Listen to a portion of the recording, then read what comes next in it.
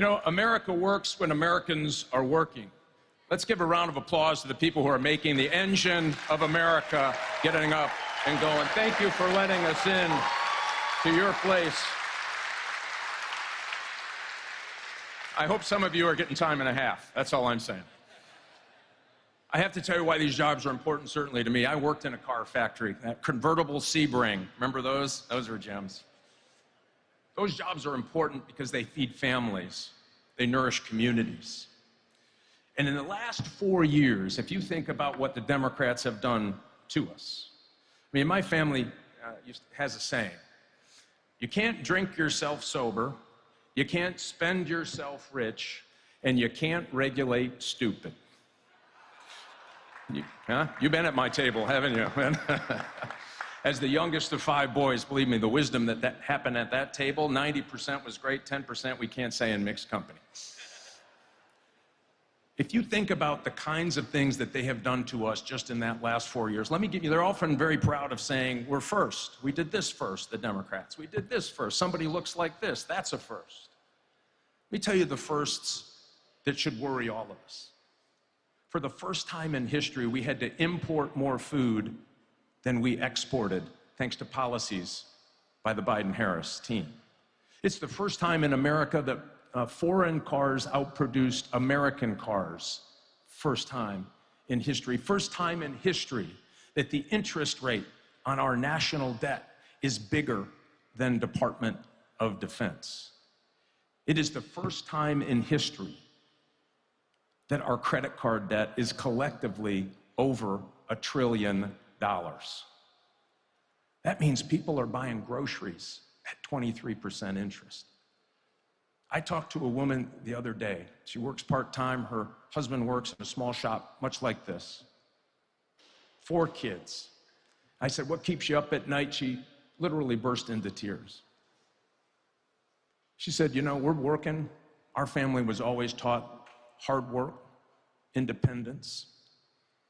The last 2 days of the month, over the last 6 months, I had to go to a food pantry to feed my family. We cannot allow them another 4 years of giving us higher grocery prices, higher gas prices, higher energy prices. $1,000 a month per Michigan family because of the policies of Biden, Harris, and Alyssa Slotkin. We must win this election. This is the year.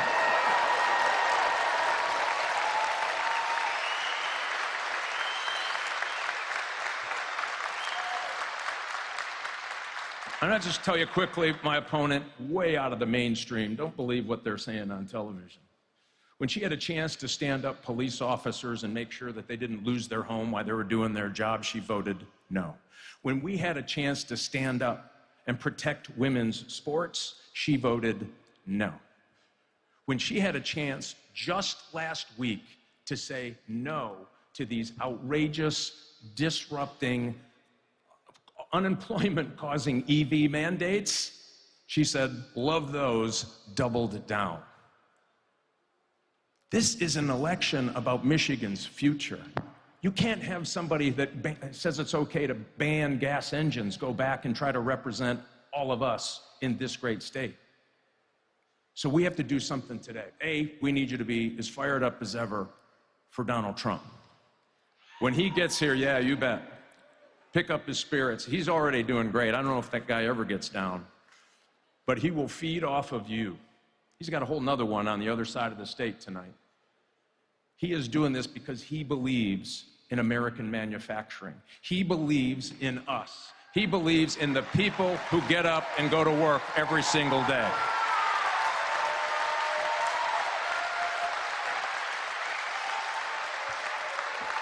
So let's do this in November for your hard work. By the way, they spent $40 million on this Senate seat. It's all pouring in from around the country. They're trying to buy it, and I'll tell you why we're tied in the polls.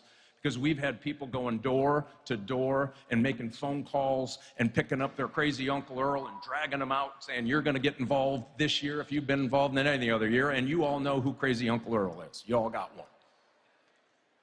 That's how we're going to win, by people. And in November, We're going to tell police officers who they have treated like doormats, we've got your back.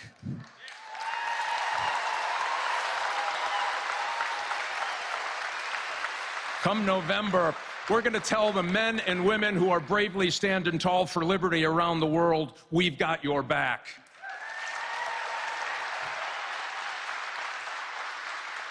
For these men and women who are working hard and making our community great, we've got your back in November.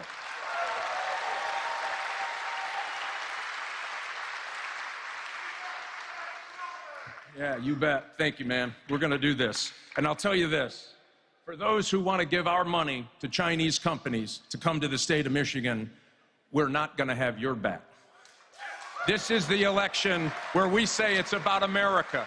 It's about our jobs. It is about us standing up for that woman who can't hardly make it on her own, that come November, we will have your back. Let's elect Donald J. Trump. Let's elect Mike Rogers to the Senate. Let's get this done for America. God bless you.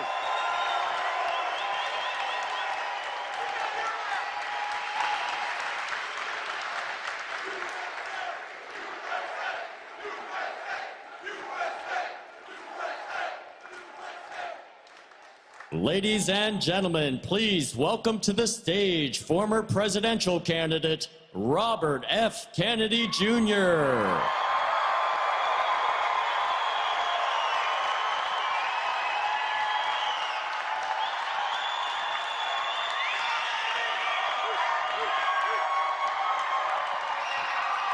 Hey, everybody.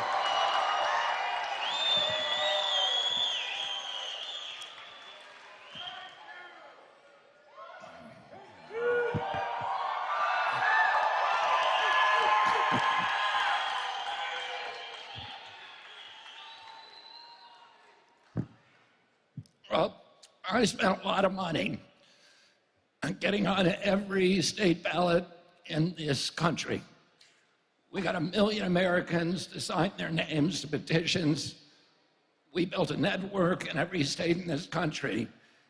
The entire time, our polling and all the national polling was showing that the majority, about 57 to 60%, of the people that wanted to support me, if I dropped out of the race, they said that they wanted to vote for Donald Trump. So I was hurting Donald Trump. I was hurting the Republican Party. But the Republican Party did nothing to stop me from getting on any ballot. Donald Trump was critical of me in a way that was congenial, that was respectful, and that was kind. But he did nothing.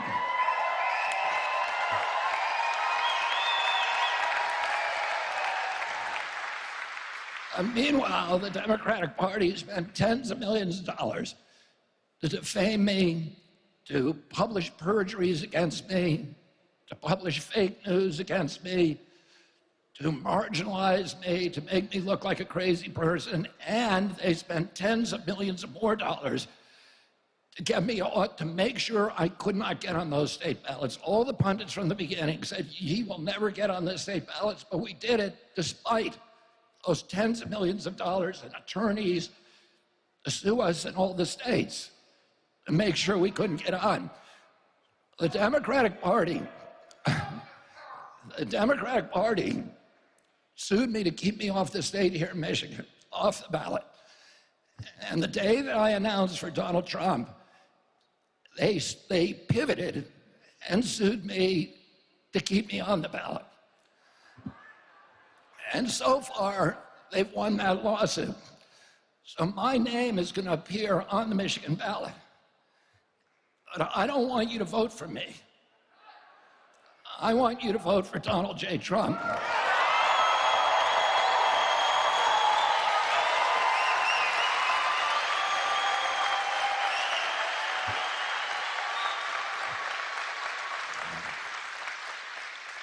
Because that's the only way that I'm going to get to Washington, D.C.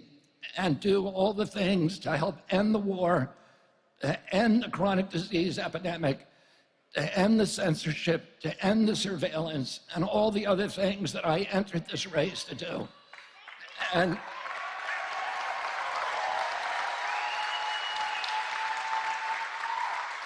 I've been a Democrat my whole life, and I heard all of the descriptions of MAGA during the 2016 election, and I bought into a lot of them. And then one day I heard Hillary Clinton criticize Tulsi Gabbard for being a communist, a Russian plant.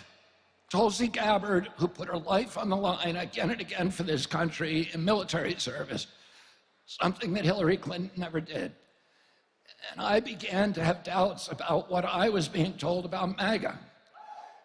And when President Trump got elected, I said 80 million people voted for him. How can we dismiss 80 million of our fellow Americans as deplorables?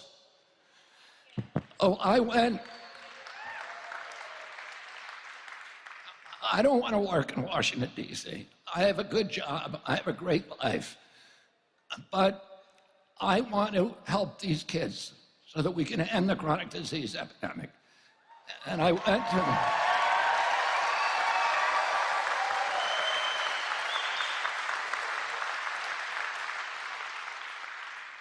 to President Trump, and I said to President Trump, if you want my help, I am here to do it. And we worked together for a while. But I started to understand that MAGA, for most Democrats, MAGA, Make America Great Again, means going back to the 1950s.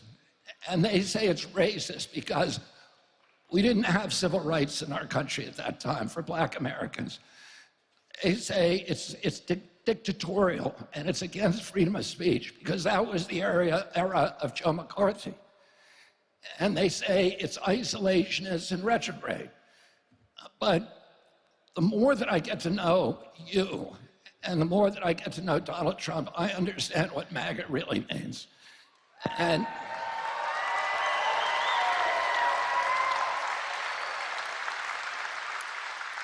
I asked Donald Trump about what he thought MAGA meant, what era we were going to make America great again.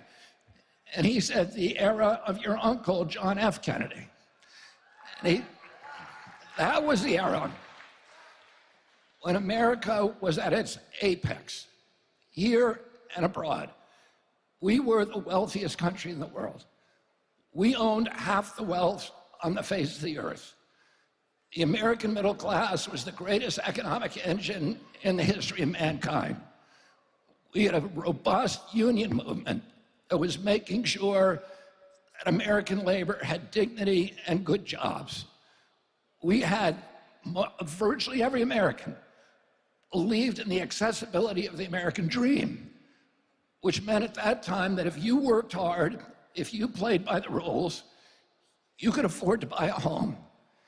You could take a summer vacation. You could raise a family, and you could put something aside for your retirement on a single job. There's no American now in my kids' generation, sorry, my duck is calling. There's no American now in my kids' generation who believes that that contract applies to them. This is a demoralized generation.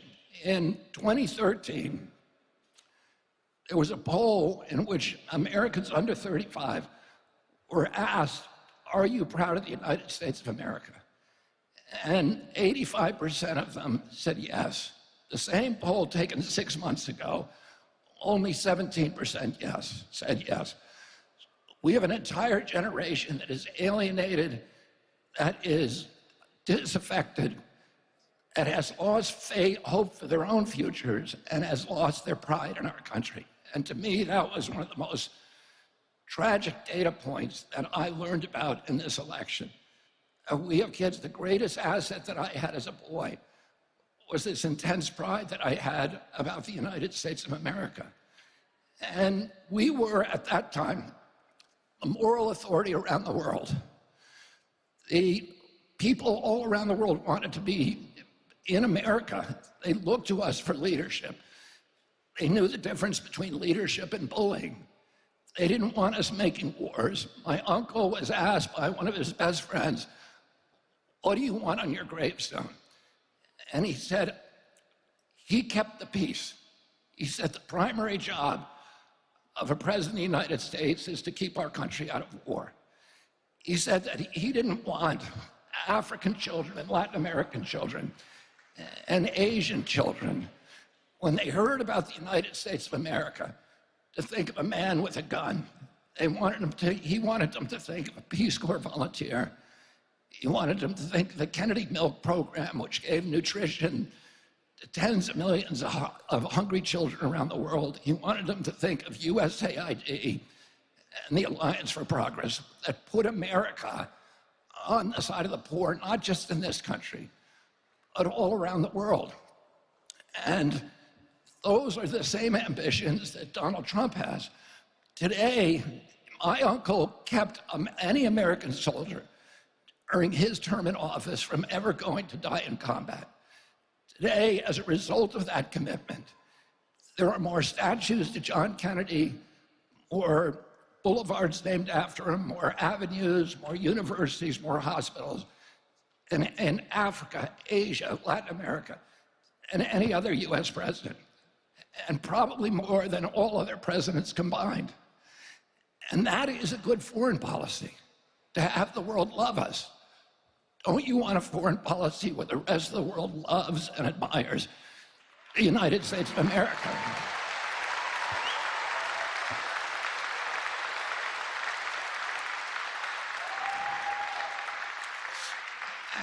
And when he says, "Make America great again," that's what he's talking about.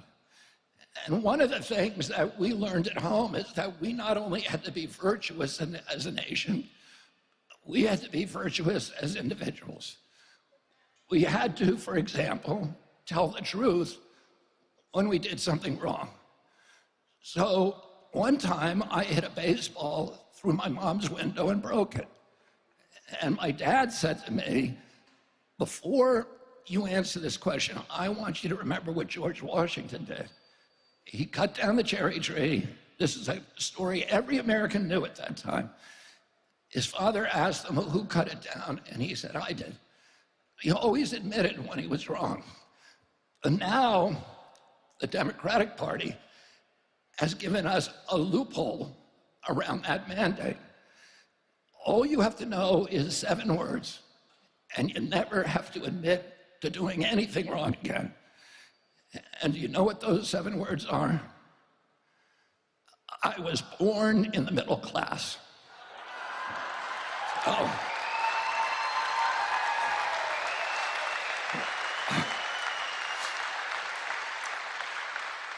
So repeat after me: I was born in the middle class. So the next time your boss asks you why you were late for work, what are you going to say? And the next time your wife asks you why you didn't take out the garbage, what are you going to say? And the next time your landlord asks you for the rent check, what are you going to say? That's all you have to know, and you don't have to answer any question. And we know why she didn't want to answer that question, because there's no good answer to it.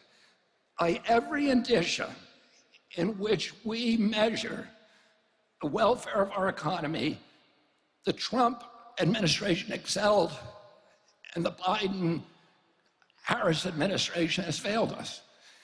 Inflation on average during the Trump administration was held under 7%. Now it's at 20%. Gross rents have almost doubled. Mortgages have more than doubled in just 3.5 years. Groceries have gone up. Gasoline has gone up. Electricity has gone up. Healthcare has gone up. Do you know the only thing that's gone down? Wages. So though that is not a success story, and I don't blame her for not wanting to answer that question. It was a question that was almost impossible for her to answer truthfully and still walk out of that debate. So the Democratic Party that I grew up with, the Democratic Party of John F. Kennedy, of Robert Kennedy, does not exist today. This was the party of peace. Today, it's the party of war. And we saw President Zelensky come over here. I was so proud of President Trump today, who did a press conference with Zelensky. And the Democrats had done their own press conference, and you know what he got them to do? He got them to sign artillery shells. These are artillery shells that are going to be dropped on women and children. And he got them to sign something else, an $8 billion additional check. Don't you think we could use that money over here in this country?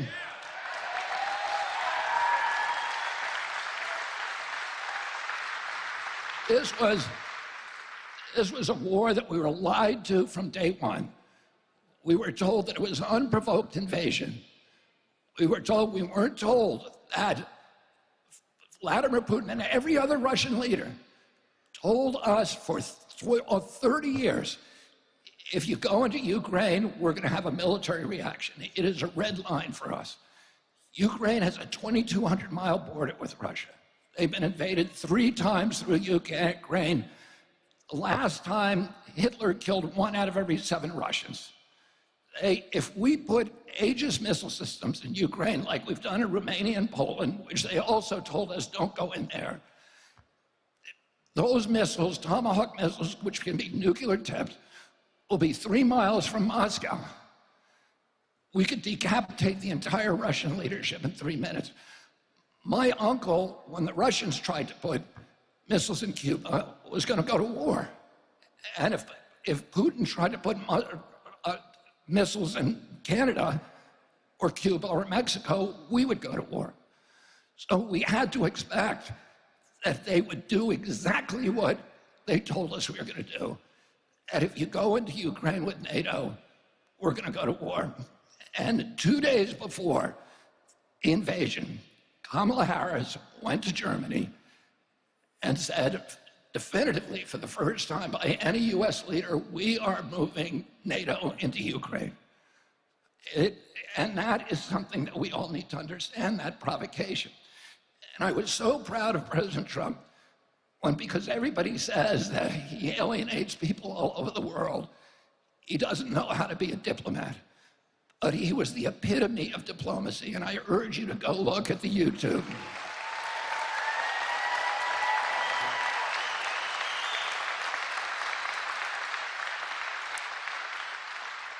He was kind and civil to President Zelensky, but he was also firm in his resolve. And he said, I've had a nice meeting, but I have not changed my mind. We need a peace, and we need to do it very quickly.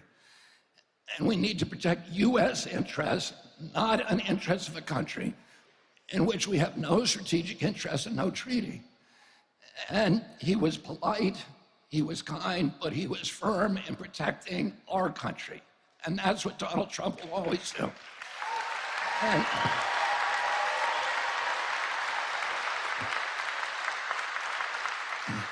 And it was especially impressive to me because I know what Donald Trump was thinking while he was having that meeting. He was thinking, I want to turn this guy over and hold him by his legs and shake all the money out of his pockets. And I hope it adds up to $208 billion because that's what we get, that's what the Democrats gave him. And we need to bring that money home and spend it here on our communities.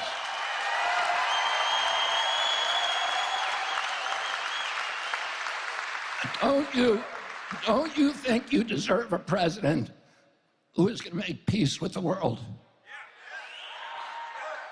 Who is going to project economic power abroad? They say he's an isolationist. He isn't. He wants to make deals. He's a deal maker. He wants to make deals with China, but not the old kind of deals that benefited only China. He wants to make deals that are going to benefit everybody. He wants to make deals with Russia, the kind that will bring the world into a peaceful economic growth and a boom for all nations. This is what he says again and again. He's not a tyrant. He's not a monster. He just wants the best for the United States of America. And don't you...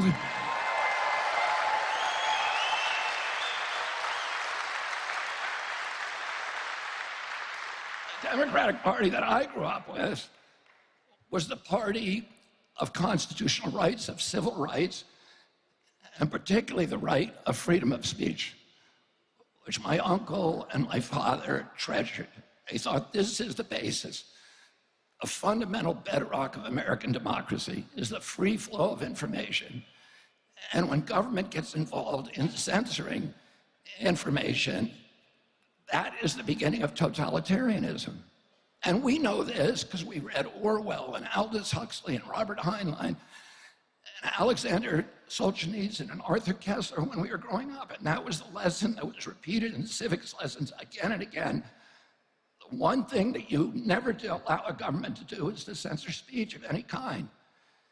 And if you do that, is the first step down the slippery slope of totalitarianism. So the Democrats are trying to say that Donald Trump hates democracy, that he wants to be a dictator, but they're all advocating now, openly advocating the censorship of our speech. And what they say is, well, we don't want to censor all speech, just the lies. But they want to determine what's the truth and what's a lie. And who was the biggest perpetrator of lies during the COVID epidemic? It was the government itself. They were the ones promoting disinformation and misinformation.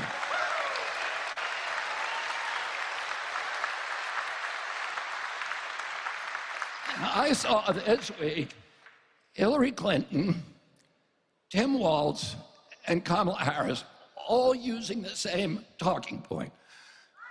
That the next administration is going to get rid of misinformation and disinformation because that is not protected by the First Amendment.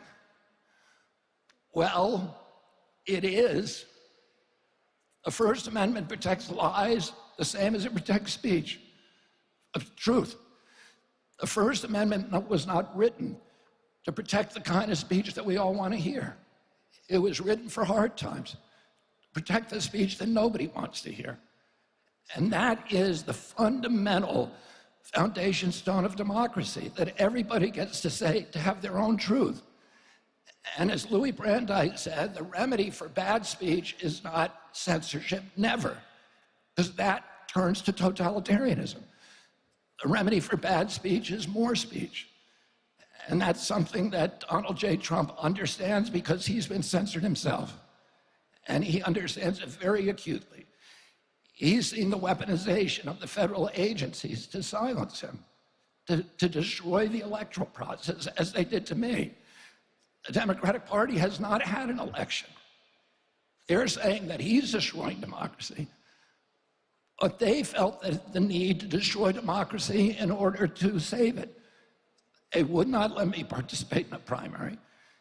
And Kamala Harris never got a single primary vote. We don't know who appointed her. And that's not democracy. President, don't you want a president who believes in democracy? Don't you want a president who wants to see the censorship ended in this country?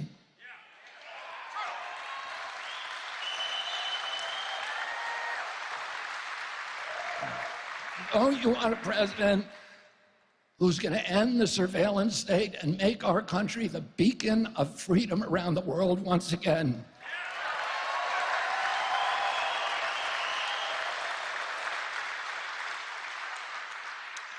And the party that I grew up in was the party that was very skeptical of the corporate control of American democracy. The Republican Party was the party of corporate control. The Democrats were on the side of working people, of the poor, of the cops, the firefighters, labor unions. And today, there's been an inversion. During the 2020 election, roughly 50% of the people in this country supported the Democratic Party, and roughly 50% supported the Republican Party. But the 50% who supported the Democratic Party own 70% of the wealth in this country. The 50% who supported Donald Trump own 30%. As Charlie Kirk said to me the other day, Donald J. Trump chased the billionaires out of the Democratic Party. Out of the Republican Party, excuse me. The Democratic Party today is the party of big pharma, big tech, big ag, big food, the military-industrial complex, and Wall Street. Look at the people who are pouring money into the Harris campaign. This is why they've collected 2 to 3 times more money than Donald Trump. They have all the money on their side. We have the people.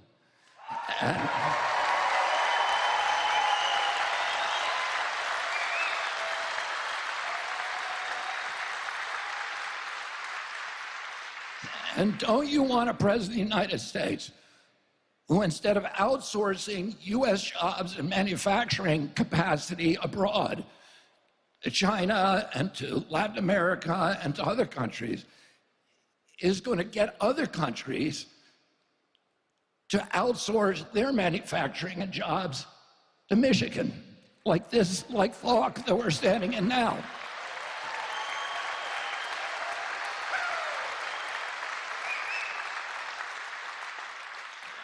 And don't you want a president who is going to protect our border?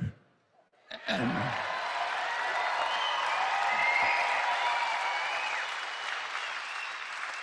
raise your hand if you think it's a good idea that the Mexican drug cartel, the Sinaloa cartel, is now running U.S. border policy. That's not good for our country. Do you think that's good for our country? No. It's terrible, and it's terrible for working people. In the last 10 years of his life, I worked very, very closely with Cesar Chavez, who was a very close political ally and personal friend of my father. And during that, and I was a pallbearer in his funeral in 1993. But during that period, I was working with him on pesticide issues because Hispanic farm workers, 15,000 of them are poisoned, many of them killed by pesticide exposures every year, and their families are devastated. Cesar Chavez's other big issue was closing the U.S. border, because he understood, and I was at the border many times. The first time I went down between 2 o'clock and 3 o'clock, and I saw there's 27 gaps in the wall that were left by the Biden administration when they shut down construction the day they came into office. And all the material that we've already paid for is sitting right next to those gaps in the wall. They could easily rebuild them right now. President Harris says, there's nothing I could do. Yeah, there is. You could just finish the wall. And when I was down there at 2 o'clock in the morning, it looked like the start of the Boston Marathon. There were people, humanity pouring across, and the Border Patrol their job had been repurposed from protecting our borders to escorting people to the Yuma airport and sending them to any destination in our country. It's the most insane thing I've ever seen. And it's crushing the social safety net in our country. And the reason Cesar Chavez wanted to close the border is he saw that all these illegal migrants who were coming across were destroying his capacity to negotiate for good working conditions and good wages for his American workers. And that was obvious at that time, not only to Cesar Chavez, but the entire Democratic Party. Today, because President Trump said we need to close the wall, that's the only thing that they hear. If Trump says it, it must be wrong, so now we're up for an open border. Don't you want a president who is going to reassert control of the U.S. government of our immigration policy?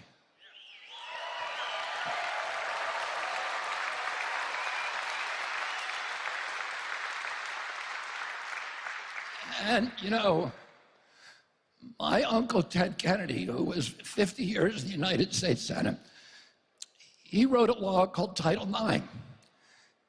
And that law, and he got Republicans and Democrats to support it, that law created equality in women's sports because he said women ought to be allowed to compete, and they ought to have the same rights as men to compete. And that's something the Democratic Party believed in. But they don't believe in it anymore. Now they're against women's sports.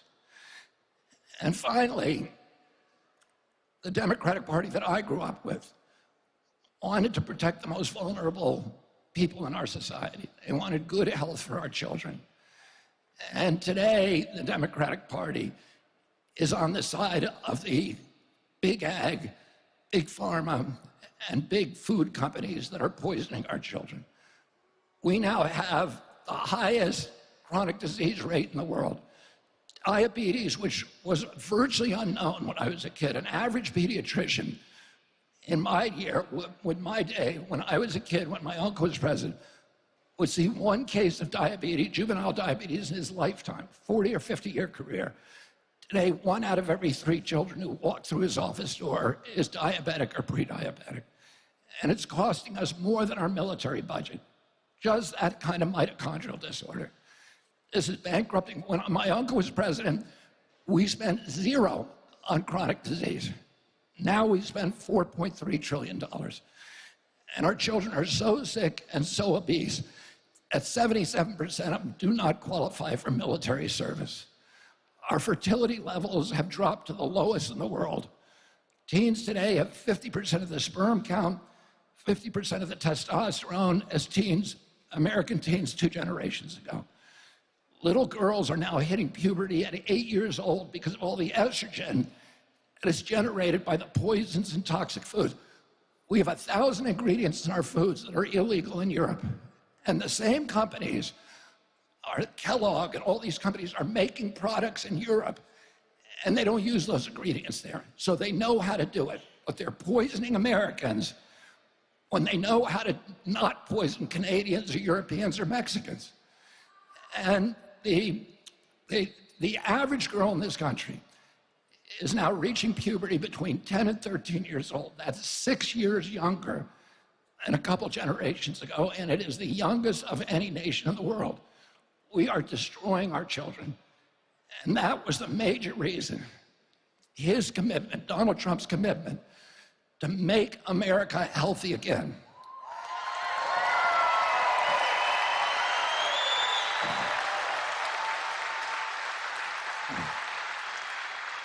Is the primary reason that I joined this campaign. And don't you think that we want a president in this country that is going to make our country healthy again? Thank you all very much, and God bless you, and get to the vote, the poll on November 5th here in Michigan. And don't vote for me, vote for Donald J. Trump. Thank you.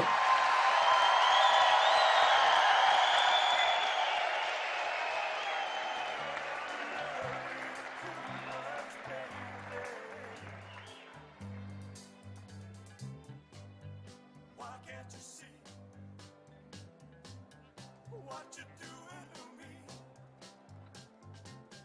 When you don't believe the word I say,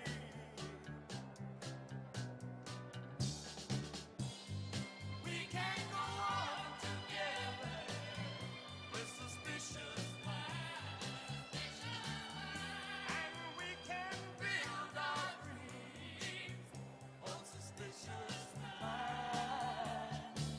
So if an old friend I know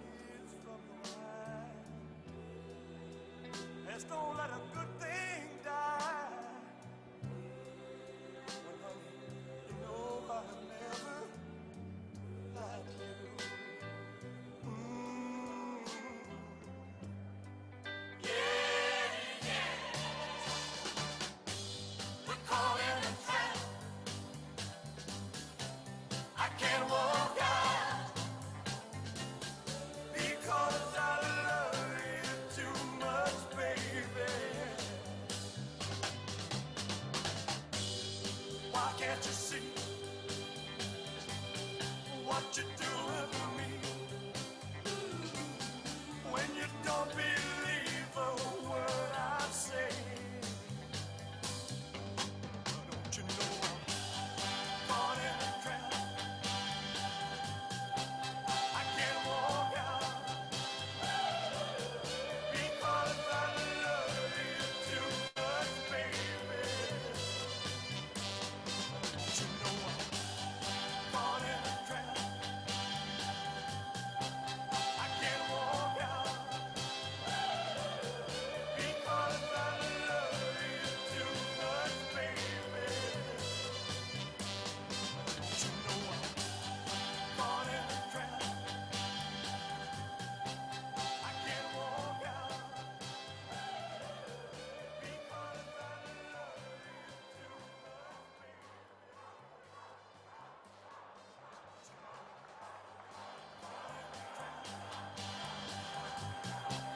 I can't walk out because I love you too much, baby. Don't you know I'm caught in a trap? I can't walk out because I love you too much, baby. Don't you know I'm caught in a trap? I can't walk out.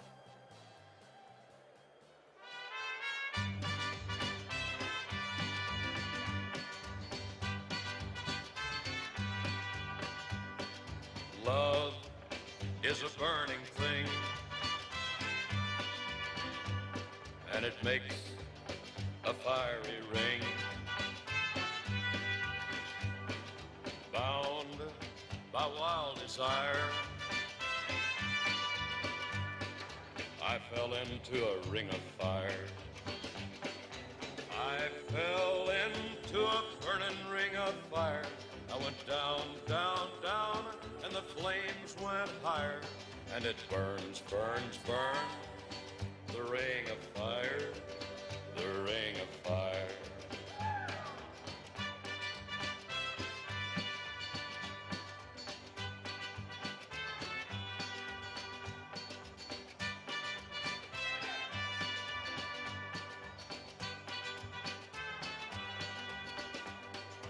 I fell into a burning ring of fire.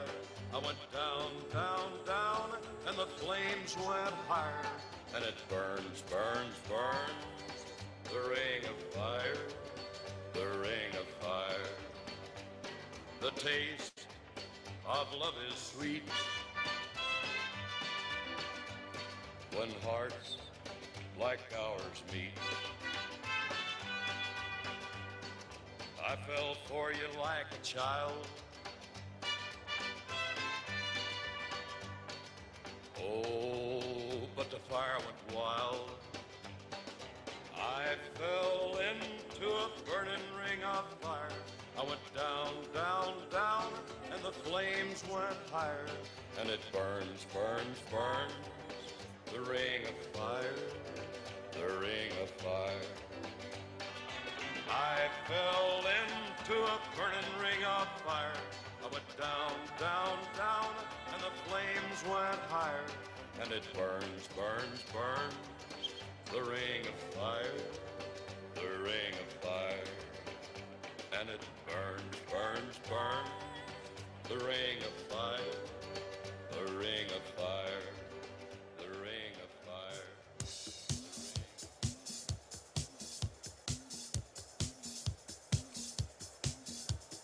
Body, body, wanna feel my body, baby. Such a thrill, my body, yeah, yeah.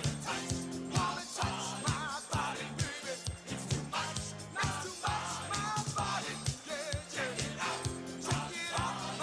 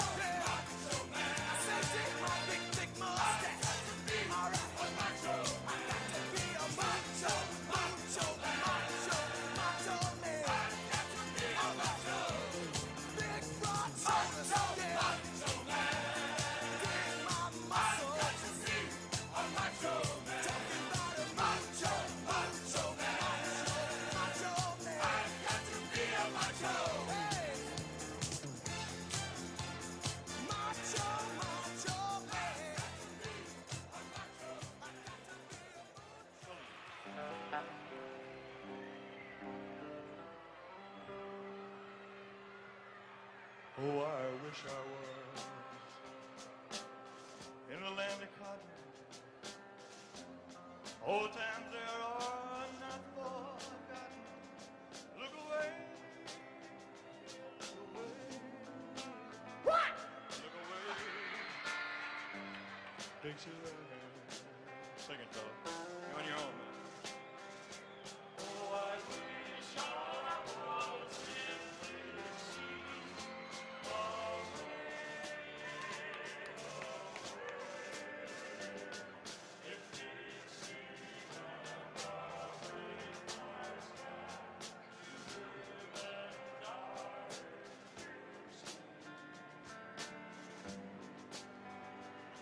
For Dixieland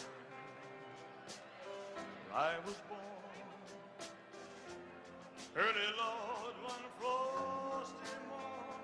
Look away, look away, look away, Dixieland. Glory, glory, hallelujah.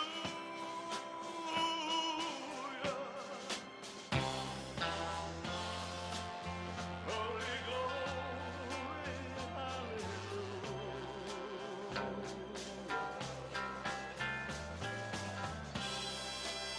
Glory, glory, hallelujah. His truth is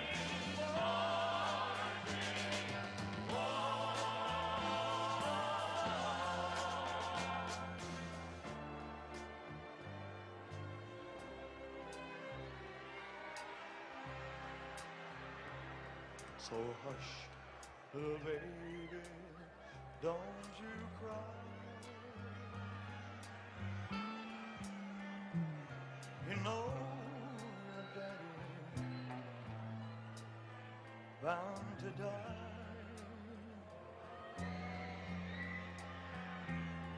but all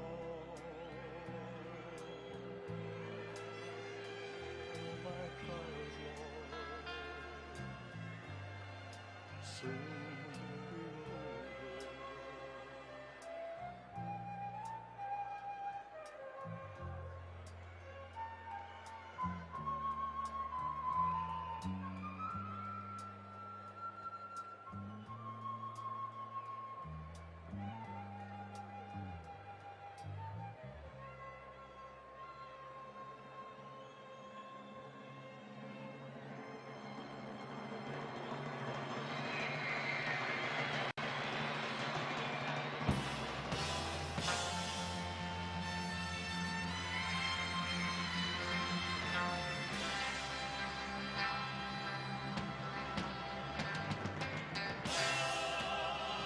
Glory, glory, hallelujah.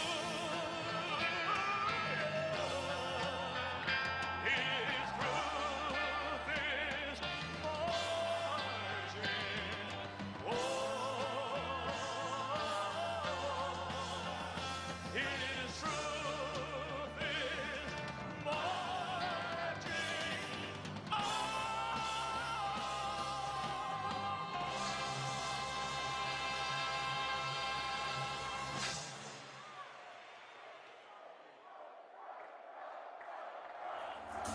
Good times for a change.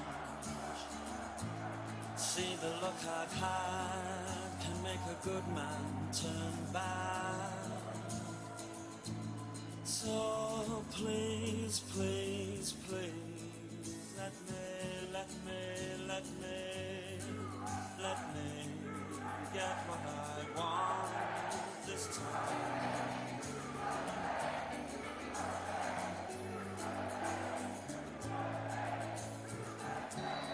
Haven't had a dream in a long time. See the life I've had can make a good man bad. So for once in my life, let me get what I want. Lord knows knows it would be the first time. Lord knows it would be the first time.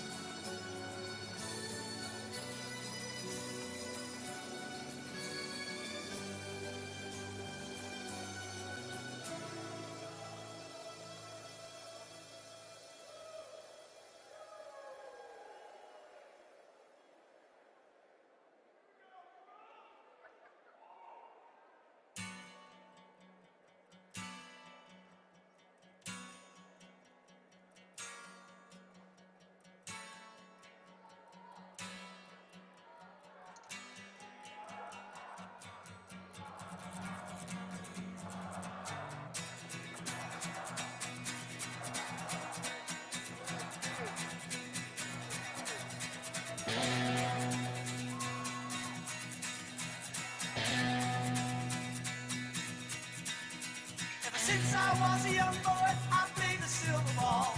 From Soho down to Brighton, I must have played them all. But I ain't seen nothing like him in any amusement hall. That deaf, dumb, and blind kid sure plays a mean pinball.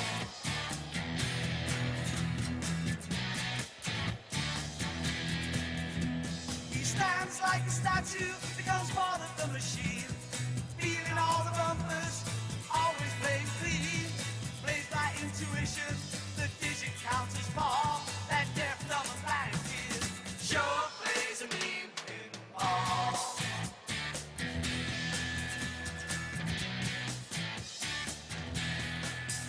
He's a pinball wizard, has to be a twist. Pinball wizard's got Ladies and gentlemen, please welcome the next president of the United States, President Donald J. Trump. And I'm proud to be an American, where at least I know I'm free. And I won't forget the men who died, who gave that right to me. And I gladly stand up next to you and defend her still today. 'Cause there ain't no doubt I love this land. God bless the USA.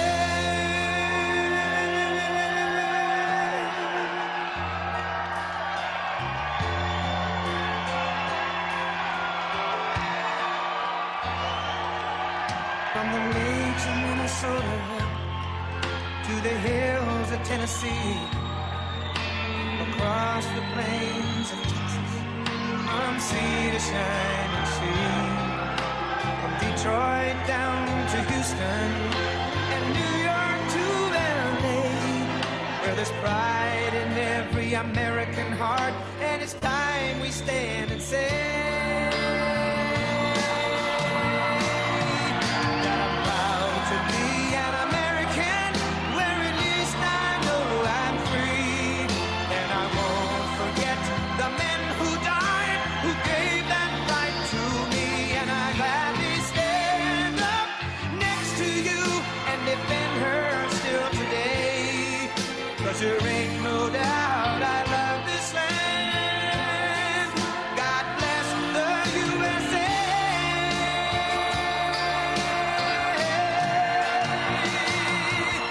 And I'm proud to be an American, where at least I know I'm free.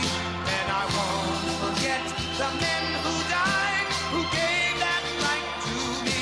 And I gladly stand up next to you and defend her still today.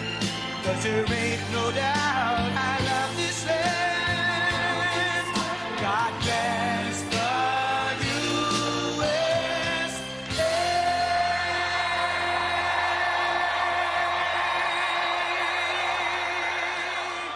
Well, thank you very much.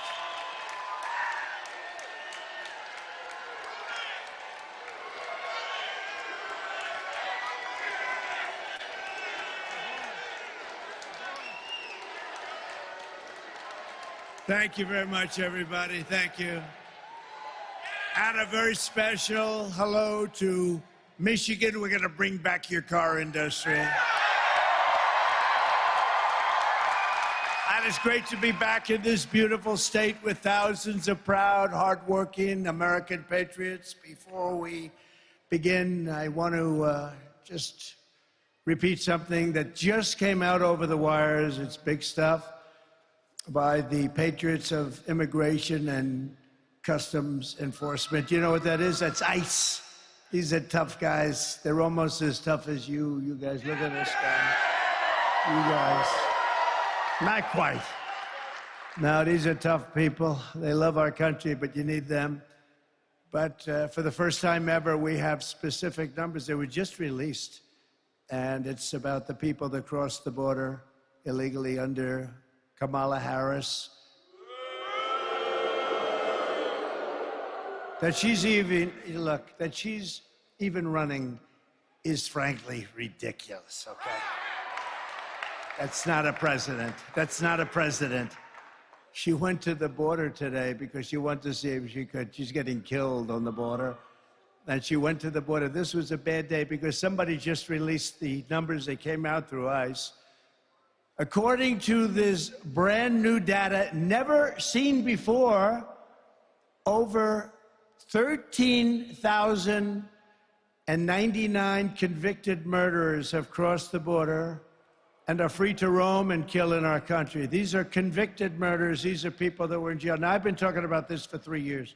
When I heard they were opening up the border, 3.5 years, I said, if they open the border, because I know the people on the other side, and they're smart, savvy people, you know, they're at the top of their game. Our leaders are not at the top of their game at all. They never were, actually. But our leaders are not. These are smart people. And these are countries from all over the world, 13,000, more than 13,000.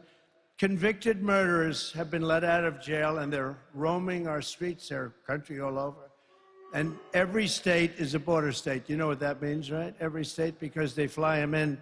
Can you imagine? They fly them in.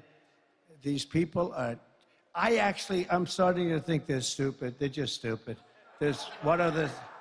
So that's one, as well, and other numbers came out along with it. Over 13,000 convicted murderers from jails, in jail. And I told you, they're releasing them from jails, and these fake people, these stupid people, will say they don't release them from jail. They do, Mike. They do. You know that. You better elect him your senator, I'll tell you.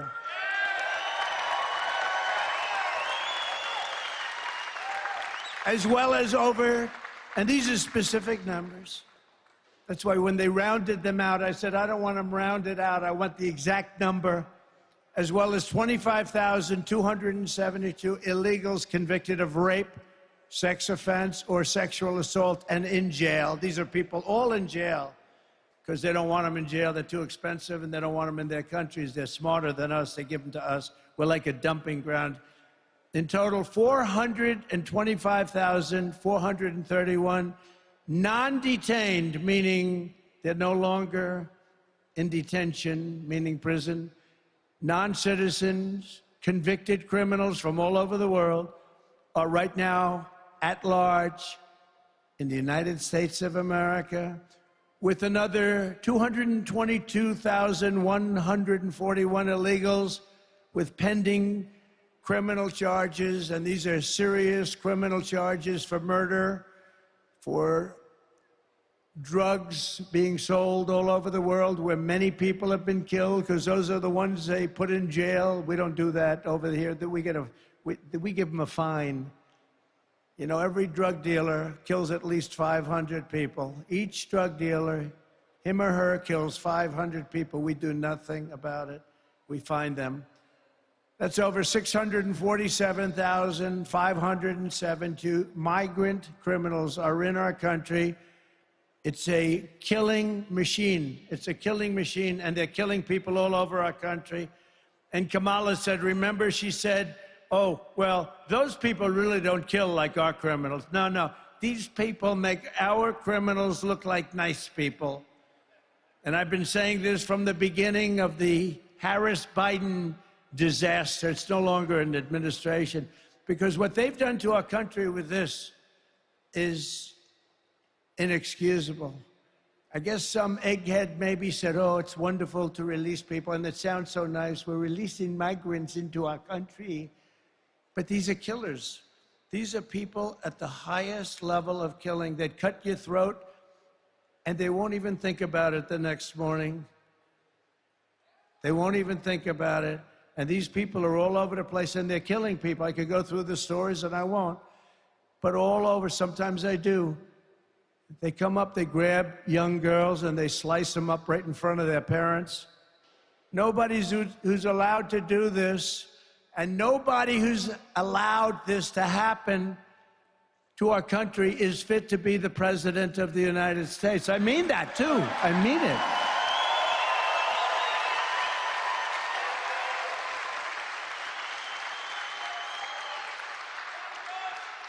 Anybody that's stupid. I've been saying this now for almost 4 years because we built hundreds of miles of border wall. We had the best record at the border of any president of anybody, at least in recorded history. Tom Homan would get up, Brandon Judd gets up. They all get up and they say there's never been a president like Trump. But Tom Homan said it today. He said in his lifetime, we had the best border that we've ever had under Trump, and now we have the worst border that any country has ever had. But it's bad timing for Kamala. Nobody knows her as Harris. You ever use the name Harris? Say Harris. Nobody knows who the hell I'm talking about when I say Harris. It's true. You say Harris, they don't know who the hell I'm talking about. So I won't bother with the Harris. It's a nice name. I know a couple of people named Harris. They said, but with her, you say Harris. They say, who is that? So we say Kamala. But it's bad time. She's incompetent. Have you seen her? She goes into an interview with Oprah, and she can't answer any questions. She can't answer any questions. This is bad timing for Kamala to show up today at the border. She didn't go there for 4 years. Now today she shows up, and these numbers got released. Somebody doesn't like her, I think.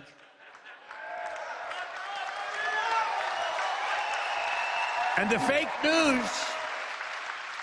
So I don't know, maybe she's already gone, I doubt it, but she's went to the border today. She wants to see if she could salvage, make up some lies, like she said about the border bill that Trump stopped.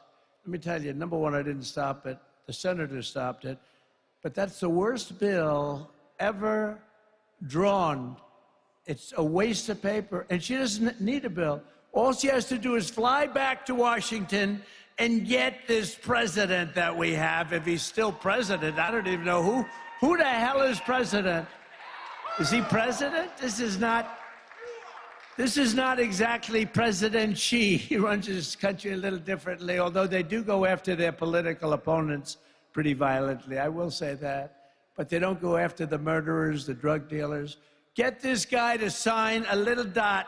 You sign right over the little dots. And you sign your name, Joe Biden, and you say on it to Border Patrol, close the border, and they close the border. That's what I did.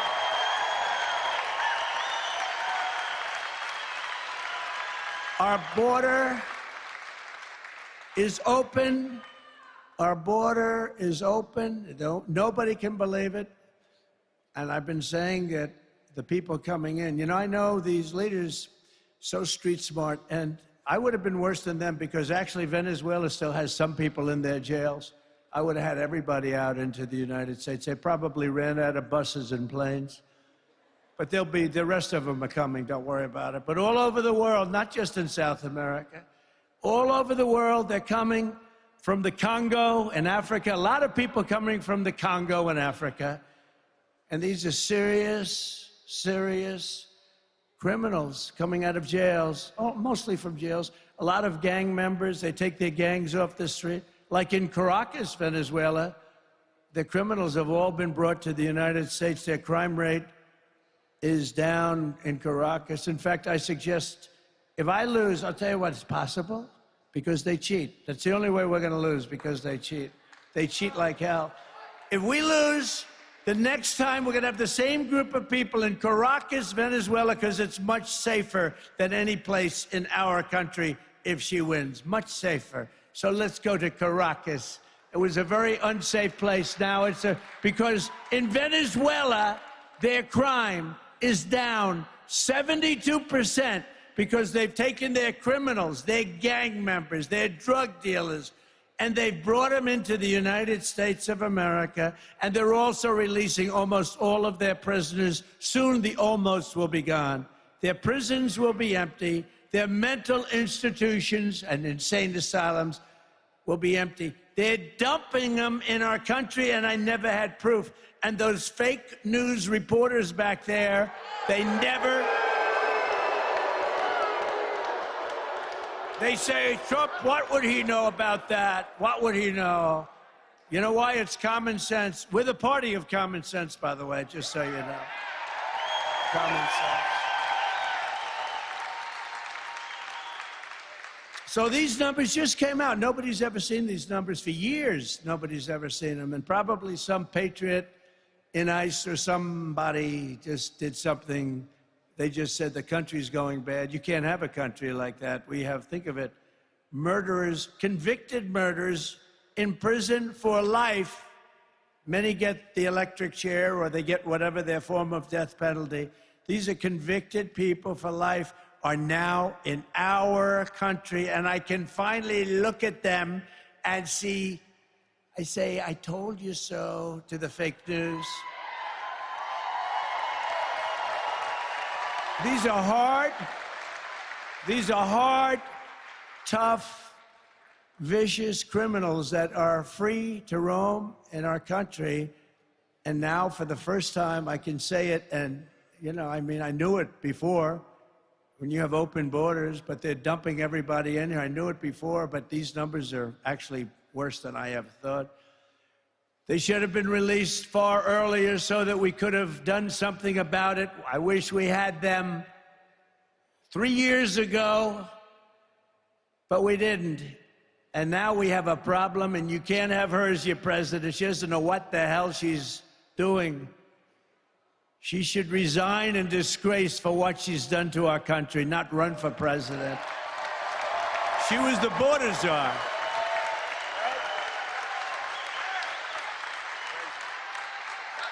She was the border czar.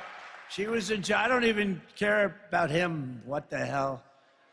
No, he put her in charge, though. She was the border czar. Now she claims she wasn't the border czar, but she was in charge of the border. Call her what you want. 4 years ago, Kamala Harris inherited the most secure border in U.S. history. And as border czar, she then set the all-time record for illegal immigration into our country every single year. And many of these people were stone-cold criminals and murderers.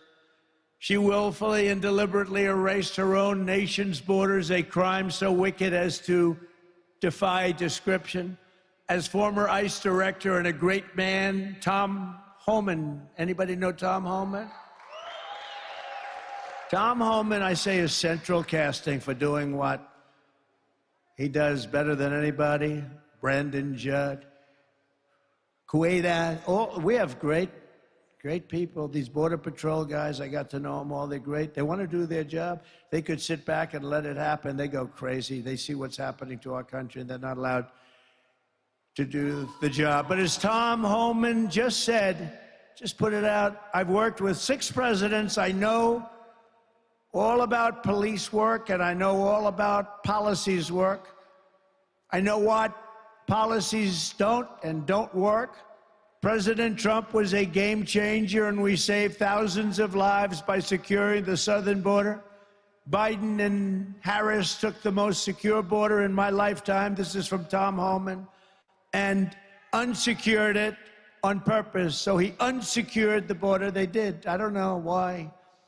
They want the votes, they're dumb, or they want to destroy the country. That could be the only 3 things. They're dumb, they want to just have people destroy our country, or they want the votes. You know, they're trying to sign these people up to vote. That's the all-time insult. They are working full-time to sign these people, many of them murderers, to vote. so they can cheat on the election, because that's what they do. And they vote against bills. Any bill that wants to secure the vote, the Democrats in Congress fight like hell so they can't get passed. Who would want a bill that says bad things happen with the vote? You want to secure your vote, whether you're a Democrat. Interesting, a lot of Democrats, not the politicians, want to have that. And they don't want to have sanctuary cities, by the way. They don't want it. Only the politicians want it for certain reasons. President Trump, Tom Homan said, was the greatest president in my lifetime. Thank you, Tom. This country was never better off than when he was president. He was unprecedented in his success on the border, and it saved many lives. He was an out-of-the-box thinker, and he got the job done like nobody else could do the job. So that's from Tom Homan. Thank you. I might as well read it. I might as well tell you, because they'll never tell you that. They'll never tell you that, right? They'll never tell you that, Mike. By contrast, Kamala Harris betrayed her oath. She let our cities fail to violent gangs. She let our American sons and daughters be raped and murdered at the hands of vicious monsters. She let American communities be conquered. They're conquering your communities. You go out to Aurora in Colorado, where they're taking over with AK-47s. Real estate. They're in the real estate development business, just like me, except I never got to use guns to do it. They're taking over real estate. And Kamala turned cherished small towns into blighted refugee camps. And you take a look at what's happening in Springfield, Ohio, and the mayor is a nice man. In fact, I think he's an independent or a Republican. And he doesn't know what to do, and he doesn't know what to say. He wants to be nice. 32,000 people. You have 50,000 residents. Beautiful place, beautiful, nice town, no crime, no nothing. They now have 32,000 people dumped into the town, and he's trying to say, we're working very hard to make it comfortable for them. No, those people have to be taken out and brought back to the country from where they came. I'm sorry.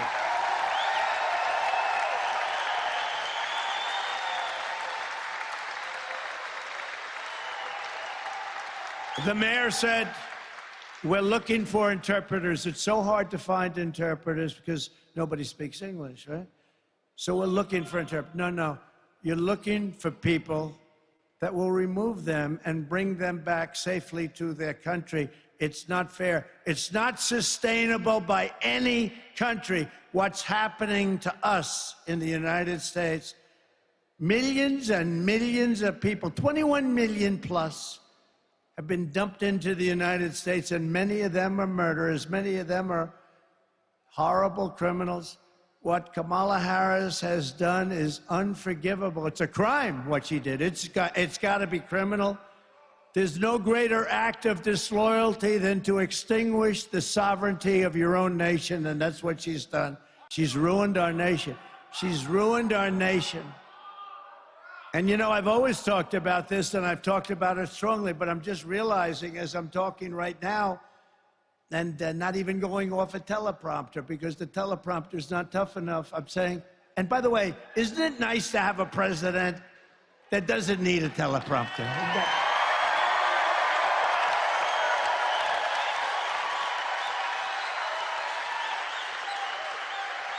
But I've never had, thank you. Boy, what a group of people we have. It's a joke. We're laughed at all over the world for our leadership. But I just got this information, so I've never really spoken about this because this is the first time where we have these numbers with 13,000 convicted, jailed murderers, tougher than any of our criminals. We have only one good thing about this, is they make our criminals look like very nice people. These are hardened, horrible criminals, and we have to get them the hell out of our country because they're ruining the fabric of our country. Kamala is directly responsible for the tens of thousands of crimes committed by illegal migrants that she set free into our country. They didn't ask for a name. They didn't ask for a registration number. And many of them don't even have names or registration numbers. They just pour into our country. She has no idea where they're from parts unknown. She's responsible for every bloody crime scene, every funeral, every orphan child. And the great Mark Levin called me a little while ago and said, ask them, because he couldn't believe the numbers either. He said, ask them to ask Kamala, has she ever attended one funeral of the thousands and thousands of people that they've already killed? So I ask you that question. I give that to the fake news so that they can ask that question, because she's right now at the border giving a press conference. She doesn't give a press conference. She doesn't take questions. She'll make a little statement and then run away. She delivered these horrors. She unleashed these atrocities, and blood is on her hands at a level that probably nobody's ever seen in this country before. But on November 5th, Kamala Harris will be held accountable for these crimes. She will be sent back to California.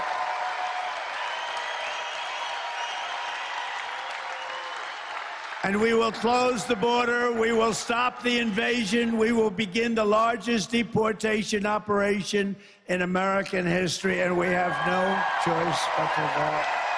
Have no choice.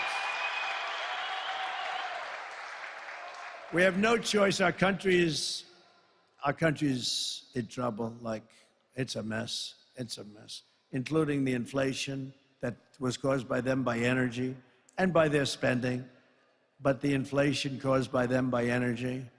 Remember when energy went way down, the production after by the way, I got more votes than any sitting president in history.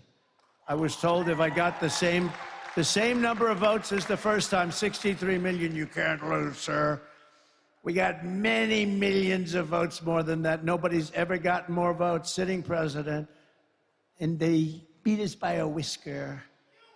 It's the only thing they're good at. They're good at cheating in elections.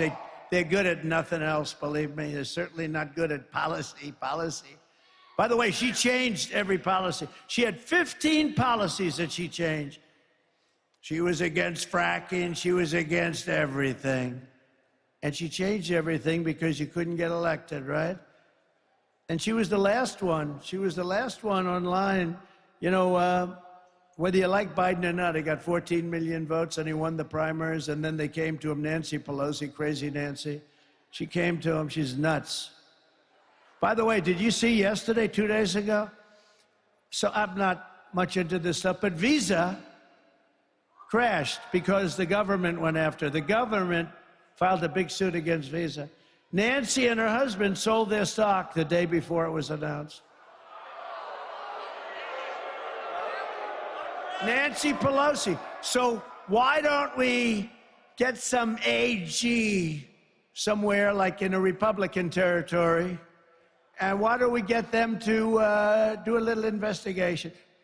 Sold the Visa stock. Are you listening? They're probably turning off the cameras now. They don't want to report. The day before, the government announced a major investigation, the biggest there is, can't get worse, into Visa. They sold it the day before. It's amazing, isn't it, huh?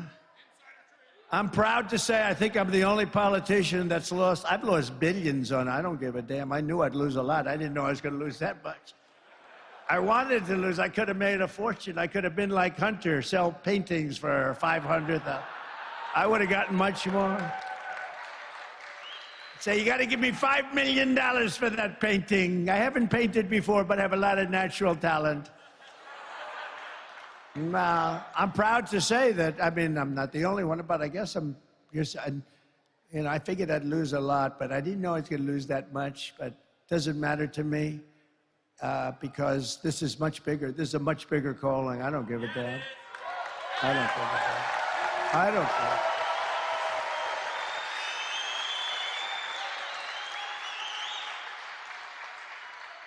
Before going further, I want to send our love and support to all of the people in Florida, Georgia, South Carolina, North Carolina, Alabama, and all of the other states who have been really hit hard by that very large hurricane. That was that big one, a very large hurricane this week. We're with you all the way, and if we were there, we'd be helping you, and you'll be okay.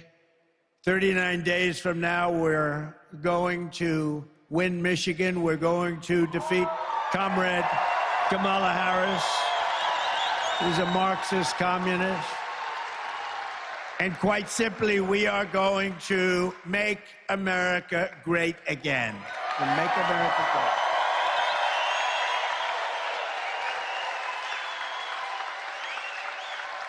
So I didn't want to go off on a tangent, but I did want to bring up a little thing called crime. But we're really here today to talk about bringing jobs and manufacturing back to the great state of Michigan and really to our country, our whole country. And I want to thank, just met him, a great gentleman. He came here, he said, because of me in 2017 from the Netherlands, great guy, great successful businessman. Bodewijn Hauser, thank you very much. He's a big guy too, and his beautiful wife. Stand up, please, please stand up. Good looking couple. Good looking. Good man, right? Yes? They're all saying, they better say yes. They won't be here tomorrow if they don't. No, he's great. He's done a great job. He actually said he came here because of me. He came to the country because of me, opened this, and it was very successful. And I imagine still is, but he said it's a big difference now between the first days during the Trump administration for 4 years, 3 years that you were open during the Trump administration. Now he says the interest rates are way up and inflation has been very devastating, which it is for everybody, but we'll make it even more successful than the first 3 or 4 years you had, okay? Or more successful. And for generations, this state was the beating heart of American industry, and you gave the world General Motors, Ford, Chrysler, Dow Chemical, General Dynamics, and other giants of American industry and might, and then you see what's happened to so many of them because of stupid politicians largely, and stupid people that ran the companies into the ground. They didn't know what the hell they were doing. It doesn't take much. It only takes one bad executive at the top. But then foolish and corrupt politicians forced Michigan workers to watch as the jobs in the factories were leached from Grand Rapids and Detroit and Lansing and Flint and sent to foreign lands way far away, not only China in particular, but all over. But with your vote, we're going to reclaim America's manufacturing power, and basically we're going to do what they do. We have to get the senators to agree. I think we have no problem with that, right? We're going to get the senators to allow us to do it. We're actually allowed to do it as president. We want to make it permanent. We're going to bring jobs, wealth, and pride back to Grand Rapids, back to Detroit, back to Milwaukee, and all throughout the Midwest. We're going to bring it back. And to our incredible auto workers here in Michigan, I'm pinpointing you for greatness. I'm pinpointing you because the industry has been decimated. And right now, as we speak, they're building big plants. They wouldn't do it when I was president. They're building big, giant auto plants in Mexico, owned and financed by China. And they think they're going to come out and they're going to build cars and they're going to sell them into our country and they're going to destroy Michigan and all these other places. Not going to happen because we'll put 100 to 200% tariff on every car coming across the Mexican border. And we'll tell them and we're going to be strong, the only way they'll get rid of that tariff is if you build the plant in the United States, not if you build it in Mexico. Which is what China and others do. If Elon wants to sell a car, by the way, Elon Musk gave his total endorsement. Elon, he gave me the greatest, most beautiful. He said, we're not going to have a country left if Trump doesn't get it. And you know what I'm going to let Elon do? Unless you people disagree, I'm going to get Elon and he's great at this. He's going to be our cost cutter. I think he can save trillions, right? He wants to do it so badly. I don't think I can get him full-time because he's a little bit busy sending rockets up and all the things he does. But he's so much into that. He said the waste in this country is crazy, and we're going to get Elon Musk to be our cost cutter. He's going to do it for zero. He doesn't want anything. But he wants to see this country be great, and he'll do it. And having his endorsement is a great endorsement. We have some really great endorsements, I will tell you that. But we'll get him involved, and mostly on that side of it, and it's going to be incredible what he'll be able to do without hurting anybody, or just waste. It's waste, fraud, and abuse. Do you ever hear the expression waste, fraud, and abuse? You get rid of that, everybody lives much better. We have a country that's really strong again. If I'm not elected, you will have no auto industry. Your industry is being taken from you like candy from a baby. I see it happening with the all-electric, and I'll tell you, electric cars are wonderful, but not for everybody. I will end the mandate on day one for all-electric cars.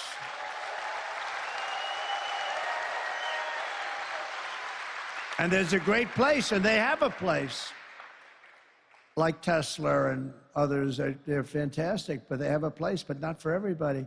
They don't go far. They cost more.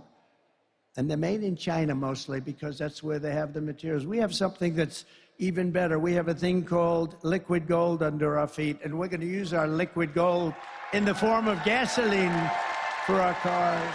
Oil and gas. We have liquid gold. We have more liquid gold than any country anywhere in the world. We have more liquid gold, not even close. We have more than Russia. We have more than Saudi Arabia. We have more than anybody. You know, I approved something, Anwar. I got it done. Ronald Reagan couldn't get it done. I love Ronald Reagan, but he couldn't get it done. He tried so hard. It's in Alaska. It's one of the biggest finds maybe ever, maybe as big as Saudi Arabia. Nobody really knows, but it's in that category. One of the biggest in the world. I got it done. I worked my ass off, and I got it done. And Biden came in. He didn't know what the hell he was signing anyway. And he terminated it. Can you believe this? This would have taken care of all of Asia, would have brought money in. We could have paid down our debt. We could have been unbelievable. We would have reduced. I gave you the biggest tax cuts in history. I would have given you a bigger tax cut, and we still will. Biden rejected it. They ended it in his first day in office, but we'll get it done quickly. It was already passed by Congress. They didn't do that. They just ended it. And the people of Alaska aren't happy, but that's a national thing. And when you get into those numbers, that's national. Would have been so great for our country, but we'll get it done very quickly. Under my plan, American workers will no longer be worried about losing your jobs to foreign nations. Foreign nations will be worried about losing their jobs to America, because we're going to take a lot of those companies back, a lot of new companies coming in.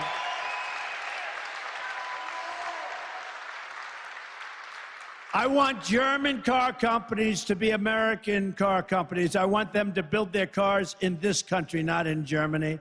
I want Asian electronics companies to become Michigan electronics companies. And I want every manufacturer that has left us to be filled with regret, and you're going to become racing back after we do what we're doing. And here is the deal that I'll be offering every major company and manufacturer all over the earth, and they're going to all come in because we're the pot of gold. But we're not going to be the pot of gold forever if we don't be careful. We're not going to be. It's going to end, and we're not going to let it end. We will give you the lowest taxes, the lowest energy costs, because we have the energy, the lowest regulatory burden. I cut regulations more than any other president in the history of our country. And we'll give you free access to the biggest and best market on the planet. That's us. But only if you make your product here in America and hire American workers. If you don't make your product here, then you will have to pay a tax or tariff when you send your product into the United States. And we will take in hundreds of billions of dollars into our treasury. and use that money to benefit the American citizens. So with China as an example, I took in hundreds of billions of dollars in taxes and tariffs. No other president took in 10 cents. In fact, they left it on because they can't get it off, because it's taken in so much money that the Biden people, I'm sure he doesn't know about it too much, but the Biden people said, we can't get rid of these tariffs, they're making too much money. But what they're also doing, maybe more importantly, their cars aren't coming in, and they're not destroying Detroit and South Carolina, and North Carolina, and Georgia, and all the other places that are involved with making autos and parts. They're not coming in, and we made a fortune on it. And now all we're doing is we were ready to do that, and then we had a strange election result. I'm not going to let that happen again.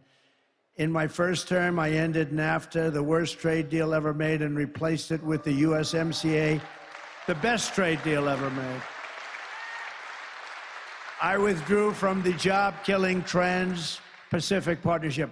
By the way, if that deal would have been approved, it was negotiated by Barack Hussein Obama. Have you heard of him, Barack Hussein? Remember Rush Limbaugh? Rush? We love Rush. He used to go, Barack Hussein Obama.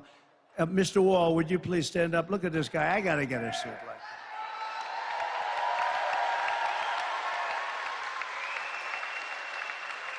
He's a successful guy. He's been to 293 rallies. This isn't a rally. This is a workers' meeting talking about bringing our jobs back into the country, which will go so fast. But he's been great. Have I done a good job? Yes? You better say yes. That's it. Thank you very much. Great, great, great guy. I renegotiated Barack Obama's Korea trade deal, which was a disaster, to restore the protective tariff on foreign pickup trucks. You know, the pickup trucks is where the car companies make most of their money, because we put on a tariff and we kept the tariff, and therefore they can't compete with us in our country. And we actually make pickup trucks in this country. If that would have gone, called the chicken wire tax, if that would have gone out, you would not have any trucks being made in this country. I stood up to China like never before, placing a 27.5% tariff on all Chinese automobiles, saving the U.S. auto industry from total obliteration. The cars don't come in because they can't compete. And for furniture makers in North Carolina and other places, and in particular right now, a place called Grand Rapids. You know, I have great memories of Grand Rapids because I came to Grand Rapids, I made a speech, I went home, and we ended up winning the election in 2016. Right?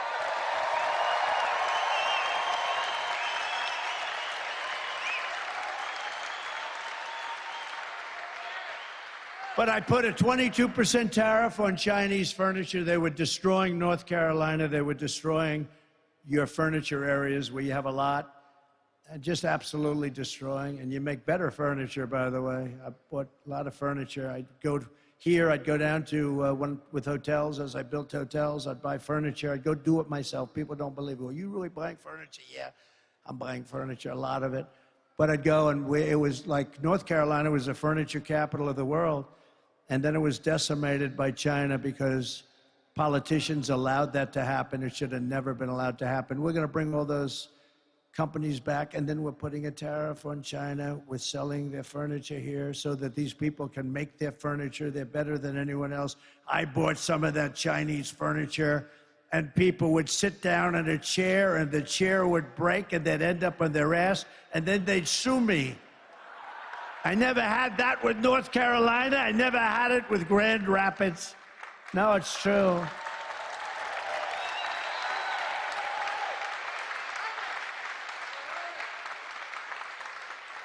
This was not good.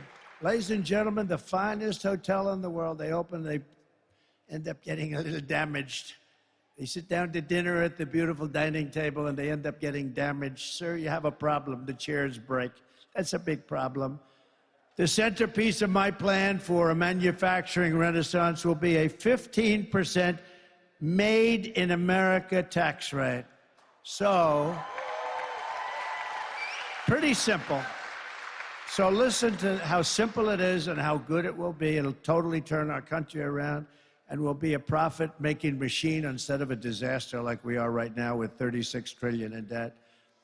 So I brought the business tax rate from 39% or higher down to 21%. So I had it was 39, but it was actually 50 and over 50 if you include state and city taxes in some places, like hopefully New York is going to be able to reduce their taxes, but it was very high. So I brought it down from 39% down to 21%, all the way down to 21%. People said there's no way, and I got it approved by Congress. Can you believe that? Now they're trying, the Democrats want to raise it, and they don't know. It's hard to say we want to, would you please vote for me to raise the tax? They're going to raise it up to 39 or 40% or maybe even 50%. You better not let these people get in office. They're going to destroy what we built. And we did more business and created more jobs than ever before in history. With a 21% rate as opposed to a 39% rate, we took in more money, much more money, at the lower rate that we did because we had jobs like never before. We had business like never before. Maybe you came here because of that. That might be the reason, come to think of it. Thank you. You told me that. 2017, yeah, you probably came because of the tax and the one-year depreciation. And you buy something and you can depreciate. Oh, you are a smart one. You're a smart one. Come to think of it, I would imagine that's why. And we're doing that again, the one-year depreciate. You buy equipment and you're allowed to write it off first year. But what it does is create tremendous jobs. But now I'm doing a step further. I'm going to bring down the 21% to 15%, but only, and we will be the most competitive in the world. Don't forget, the world, like a gentleman like this can take his company and go to the Netherlands and go to a lot of other places. They all want your business. So if you start charging them too much, you're going to leave. They're going to say, that's a nice plant, bye-bye, because they're great business people, and they're going to go where they can get the deal. 15% will be almost as low as there is in the world, and yet, you got to remember, only if you manufacture your product right here in the USA do you get the 15% rate. So how cool is that? Michigan will be hotter than it ever was in its heyday. It'll be hotter than it ever was. You have to manufacture the product. Otherwise, you stay at 21%, which is okay, too. But if you manufacture your product here, you drop all the way down to 15%, making it just about as compelling as there is in the world. Some are a little bit lower, but it's not this country. But it'll be among the most competitive in the world. Then I'm imposing tariffs on your competition from foreign countries, which would come in and take your businesses as soon as you built them. And we're going to put tariffs on, so now you won't be able to worry about having somebody come in and steal your plant and steal your business and close your place and lose your workers, and the workers are out of jobs. All your car factories are going to be coming back. You'll have more jobs than you've ever had in this state. Your car industry will be as big relatively as it was 60 years ago when you were like dominant. It's not dominant anymore. This is why people in countries are all after Trump. This is why. You know, the only one that has shots fired at them, that throbbing feeling, right? The only one are consequential presidents. When I do these things, I've got a lot of enemies out there. I've got a lot of enemies. You know, Germany liked, as an example, Barack Hussein Obama better than me, even though the people actually like me much better. Because you know what? He didn't charge him anything. He let him rip off our country. All presidents let our country be ripped off, and that's why we're in the mess that we're in. But me, no. But that's why I have, to put it mildly, in particular, Iran. You know, don't forget, with Iran, they were the sponsor of terror like nobody else was the sponsor of terror, and they were broke under the Trump administration. because I put all sorts of sanctions on. I put all sorts of countries couldn't buy their oil or they couldn't do business in the United States. And all I wanted was one thing, because I wasn't looking to hurt them. I know many Iranian people, they're great people, very smart people, but I didn't want them to have a nuclear weapon. They can't have a nuclear weapon. Very simple ask. You can do whatever you want. You're going to be strong. You're going to get big and beautiful. Can't have a nuclear weapon and destroy the world. Can't have it. You can't have a nuclear weapon. The power of nuclear is so monumental. You just can't let that happen. And it wasn't going to happen. And there was no Hezbollah that was getting money. They had no money. Hamas had no money. The terror groups, 28 different terror groups, had no money. Nobody had any money. And during the 4 years of the Trump administration, we had no terror. We had no wars against other countries, expensive, never-ending, stupid wars like we had under other presidents. I won't say which one. Including Republicans, including Republican presidents, right? Goes in, blows out the Middle East, blows up the Middle East, comes back, you get nothing except death. You get death all over the place, death and hatred. Actually, they should like me more than anybody ever, but you had no wars under Trump except I defeated ISIS, which had already begun. I defeated ISIS, took 100% of the ISIS caliphate, 100%. I was told it was going to take 5 years. I did it in 4 weeks. We have the greatest military in the world, but you have to understand, you can't be so politically correct. But we did it in 4 weeks. ISIS was gone, 100% of the ISIS caliphate, and some of you have had the story, but I don't have enough time to tell you the story because I have to be someplace else making the same damn speech in a little while. I'll tell you the story the next time. I promise. I'll tell you the story, Mike, the next time. Will you come up here, Mr. Senator? Come up here real fast. Come on. I got to get you up. This is a man who's going to be one of the best senators, toughest senator, and great for you. And I hear your poll numbers are looking good. Will you say a quick hello so I don't have to go through this process in 15 minutes? Well, thank you, Mr. President, for being here. How about that?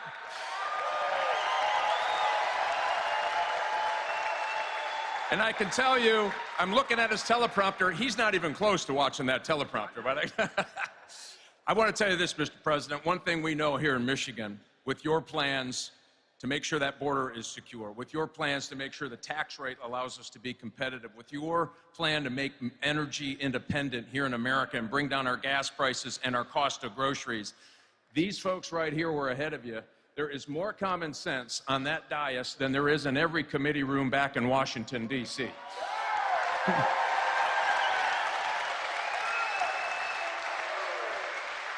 And I'll give you a little, we had some hot off the press information yesterday, Mr. President. 5,000 auto dealers. Your opponent, Kamala Harris, has been saying really wasn't an EV mandate. 5,000 auto dealers who are feeling the heat from this EV mandate said, nope, you're killing our business, you're killing the automobile industry, you must end the EV mandate. With you in Washington, we're going to get that done. Thanks for being here, Mr. President.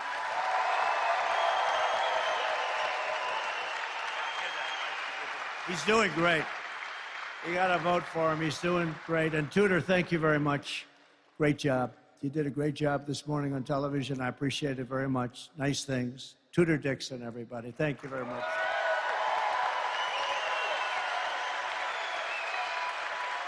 But if Kamala Harris gets in, every single manufacturing job in the state is going to Mexico or going to China. And Mexico is a very big threat, by the way. First of all, the tax queen, that's Kamala, is demanding a 33% tax hike on all domestic production, way up.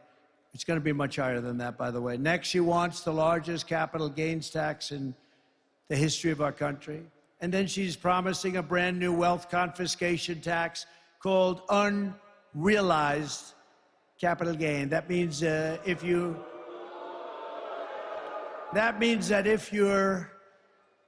company's doing great and your company's gotten really valuable, but you might be a little tight on cash and you have no intention of selling your company. You do an appraisal of what your company is worth and you have to pay a tax on it. So now you go to a bank and you borrow the money and your company goes out of business and that's the end of your company. Can you imagine that? Unrealized. In other words, you don't sell. Your company got more valuable and you're putting more and more money into your company and that's okay. There are a lot of people who have great wealth and they don't have cash. Those people are wiped out and it'll cause a depression like in 1929. Other than that, I think it's quite a good idea. Crazy. This person, crazy. You know, her father is a Marxist professor of economics. That's what she is. She's a Marxist. And we are not ready for a Marxist, and we will never be ready for a Marxist or a communist president, which is what she is.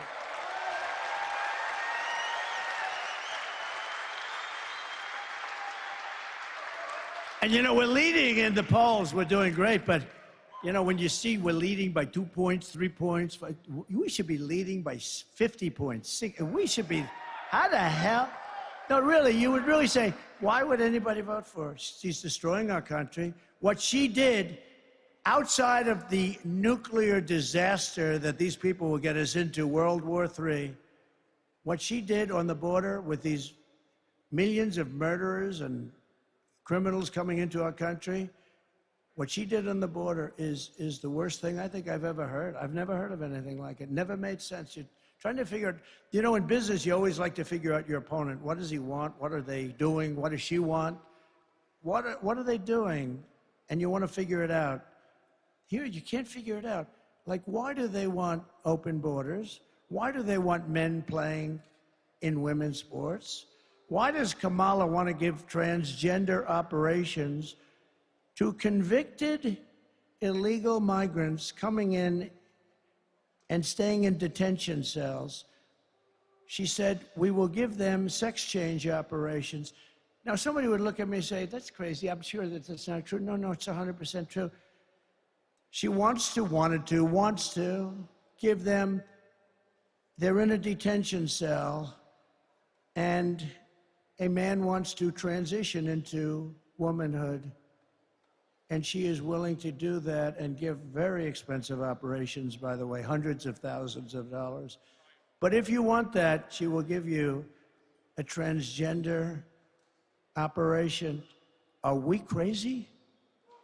Are we crazy? Now, how about, and also, all of these people, she wants to defund the police. You know, she is one of the originals for defund the police. I say anybody that wants to defund the police is not qualified and shouldn't be allowed to even run for president of the United States.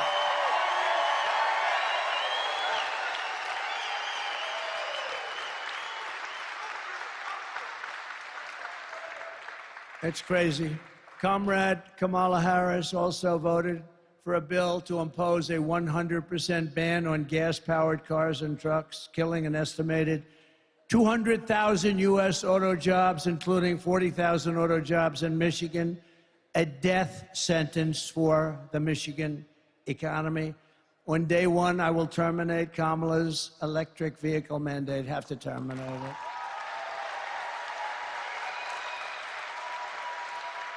And remember, the electric car has a great place, but not for everybody, okay? Not for everybody.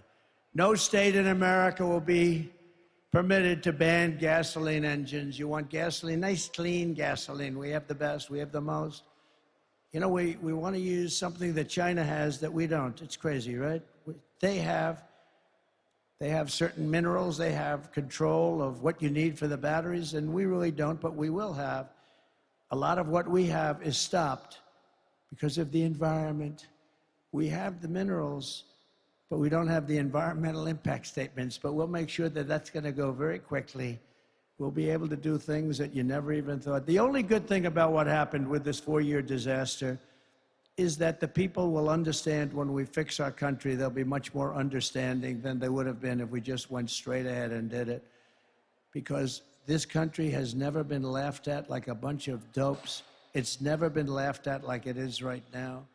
If Kamala wins, she will take your cars, take your money, take your gun. She wants to confiscate all guns, you know that. She just changed. That's one of the 15 policies that she changed. You know, she was totally in favor of taking everybody's confiscating your gun.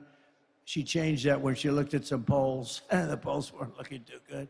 But they always revert back. Remember, she wants to take your economic opportunity, and she will absolutely kill the American dream for your children. You know, this country used to be about the American dream. They don't talk about that. They talked about it 4 years ago like never before, and they'll talk about it after November 5th. They're going to talk about the American dream. If I win, we will bring back the American dream, bigger, better, and stronger than ever before. So we're pleased to be joined with a few people. You just met Mike Rogers, and I wanted to have him up here separately because I will tell you, this guy is going to be a great senator. I picked him, even though he wasn't always particularly nice to me. He was paid a lot of money to say bad things about me, and that's okay. I fully understand it. But he's been great, and he's got great gravitas. And I think he might even be leading in the poll by a little bit. He's tough as hell, and he's good, and he's got the whole deal going. And I had a lot of choices. I had choices of people that were lovely to me, so nice, but I wanted to pick somebody that could be, number one, a great senator, number two, could win. And I just want to thank you. You've been really working hard, and I appreciate it. And I appreciate Tudor Dixon very much also, job you've done.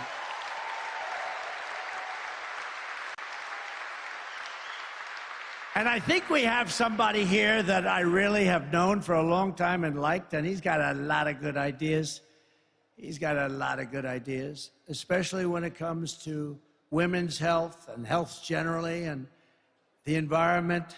I'm going to watch him a little bit on the environment, though, if you don't mind. Health, I don't think I'm going to watch him much at all because he's really good. So is Robert F. Kennedy Jr. here? Where is he? Where is he? He's here someplace. I know he's here someplace. RFK Jr. And he's a big part of what we're doing. And he does have great ideas. And getting a Kennedy to endorse a Trump Republican, that was a big deal, right? Good deal. He's a good man. He's a good man, and he's doing a real job, and he really does have some amazing views, to my way of, especially on health of people. Representatives John Molinar, where's John? He's around here. So, hi, John. Good job you're doing. Very good. Simple job in Congress, isn't it, John? Great job. Bill Huizenga. Bill Huizenga. Bill, thank you, Bill. Good job. Looking good. Thank you, Bill. Great job. Jack Bergman. Jack, thank you, Jack. You got warriors. You got warriors here. Tim Walberg. Tim, thank you.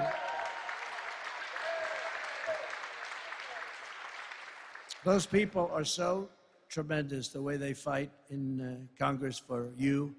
Some don't. I mean, I will tell you, I could name some that won't, but I get myself into a lot of trouble. I'd name some Republicans that don't, but that group of people, they're warriors, so you're lucky to have them, and we're lucky to have you on my side, and thank you all very much. I've endorsed all of them, but they're great. Thank you very much, fellas. Real warriors. Michigan Senate Republican leader, Eric Nesbitt. Eric? Thank you, Eric. Good job. How are we doing? Good. He said we're winning. That's good. We got to win. By the way, we win Michigan, we win the whole thing. Like in 2016. Got to vote.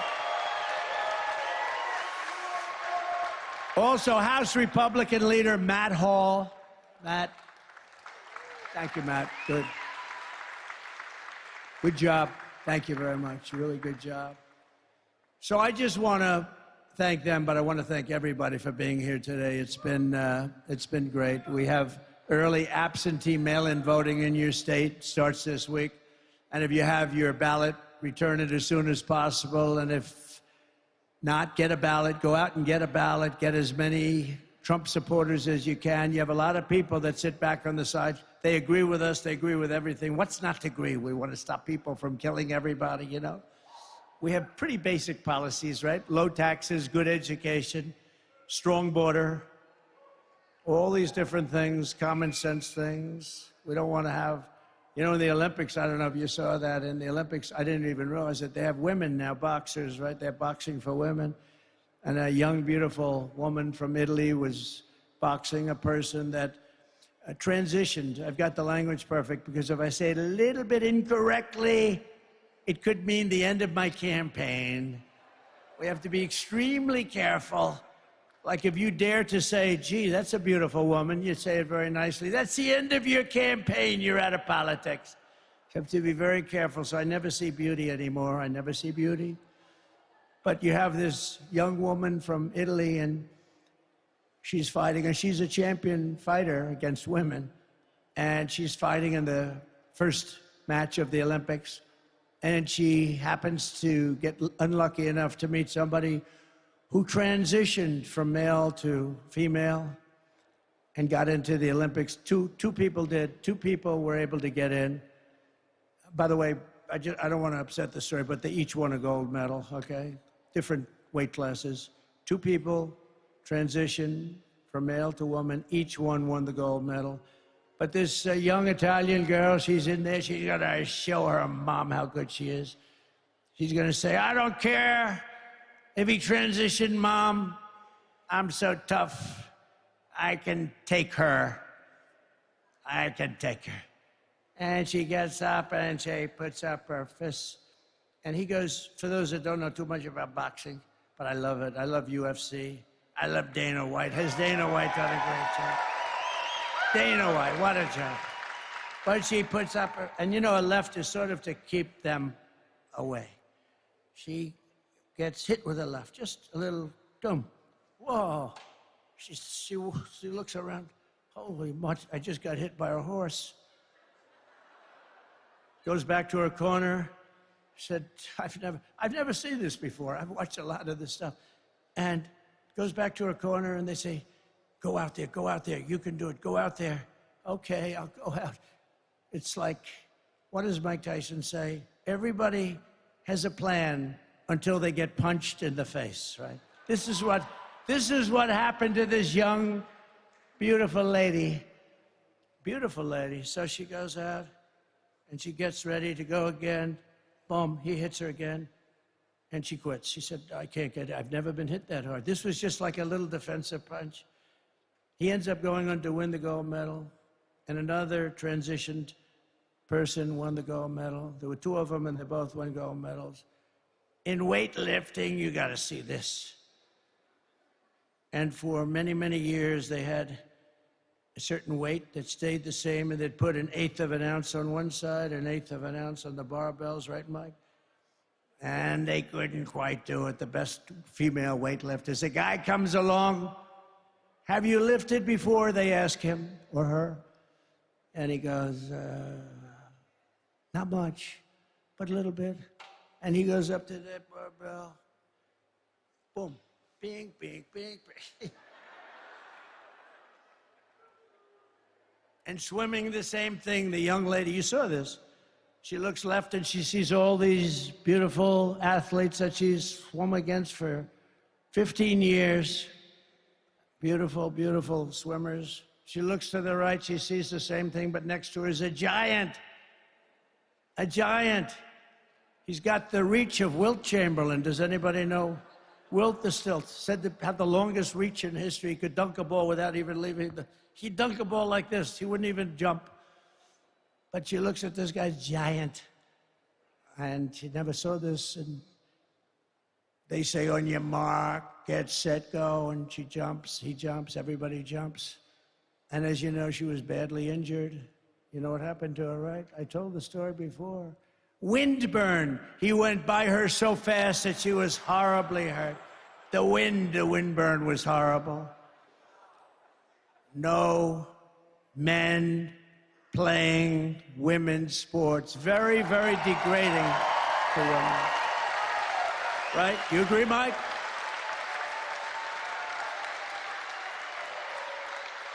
So just to finish up, starting on day one, we will end inflation and make America affordable again. We will have no tax on tips. No tax on tips. And boy, this is good for you because I know exactly where you make your money. I used to have to pay that damn overtime. It would cost a fortune. No tax on overtime.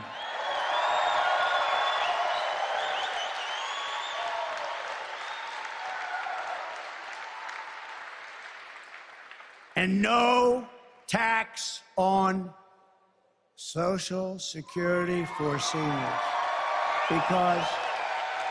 Because you've been devastated. You've been devastated by inflation, seniors. For the seniors, no tax on Social Security benefits. So that's it. And by the way, I want to explain something. The people that you see leaving, because nobody ever leaves. And when they do, I finish up quick, believe me. But I couldn't take pictures at the beginning. So I take them at the end sometimes. If I'm late, the plane gets late, you get delayed, lots of things happen. There's a little hurricane going on in Florida, as you know. And so what they do is they say, oh, please come up now at the end of my speech. I said, don't do that, because it looks like they're leaving, like your husband who owns this place. He's not leaving. He likes Trump very much. He made a lot of money because of Trump, right? Right? But these stupid people that are with me sometimes, they say, come on back. 30 people, they get up and they go back, and they're all lined up in the back waiting for me to take a picture because I couldn't do it before. Because I didn't want to keep you waiting because you're much more important than the wealthy people back there. You're much more important to me than those people. He said, don't do that anymore, but they don't learn their lesson. But we are going to be late for something, but who cares? And while working Americans catch up, we're going to put a temporary cap on credit card interest rates at 10%. Some people are paying 24%. You can't do it. So we're going to have a temporary cap on credit card, 10%. I will settle the war in Ukraine. I met with President Zelensky today. I had a good meeting. We had a great news conference afterwards. She met with him, I guess, yesterday. She didn't have a news conference because she can't do a news conference. She can't answer any questions. She's never going to make a settlement, believe me. And I will end the chaos in the Middle East, and I will prevent World War III, something I can do that nobody else is going to be able to do. I know them all. We will rebuild our cities, including Washington, D.C., making them safe, clean, and beautiful again. We will keep the U.S. dollar as the world's reserve currency. And right now, with these really stupid people we have running our government, it is under tremendous threat from losing its status as the world's reserve currency. If that happens, that's like losing a war. In many ways, it's worse. This is how we will end the era of inflation, mayhem, misery under Kamala and Crooked Joe, and unleash safety, prosperity, and peace for Americans of every race, religion, color, and creed. We're going to do it, and we're going to do it fast. You're going to have businesses flowing back to Michigan. Together, we will deliver low taxes, low regulations, low energy costs, low interest rates, and low inflation so that everyone can afford the basics. It's called a car, groceries, and a home. Right now, you can't buy groceries. You can't buy anything. They're up so much, 50, 60, 70, 80%. We will stop the invasion, end migrant crime, support our police, strengthen our military. And I already rebuilt the military. They gave about $85 billion to Afghanistan, right? How about that one? In addition to losing 13 beautiful soldiers whose families I got to know and love and respect. And we left a lot of people behind. And you know, very importantly, we gave up a big Air Force base that cost us billions of dollars, named Bagram, billions of dollars, 1 hour away, forget Afghanistan, 1 hour away from where China builds its nuclear weapons. And we gave that up. These stupid people gave that up. You know who's occupying it now? China is occupying that base. Can you believe it? We're going to build a missile defense shield, much of it built in Michigan. We're going to keep critical race theory and transgender insanity out of our schools.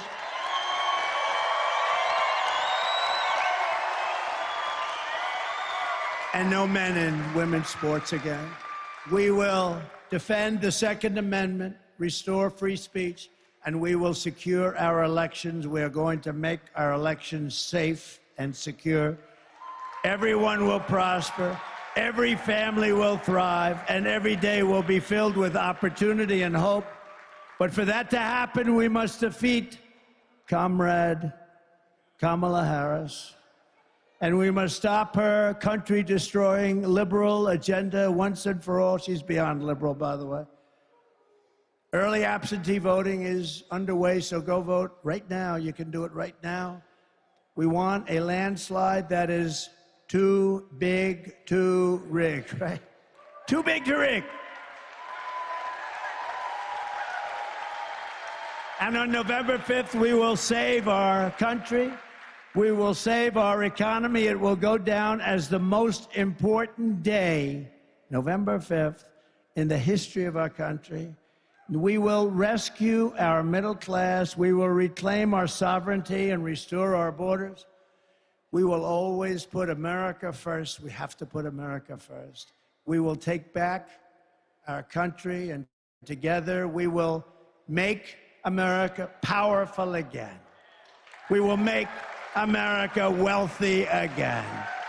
We will make America healthy with Bobby again.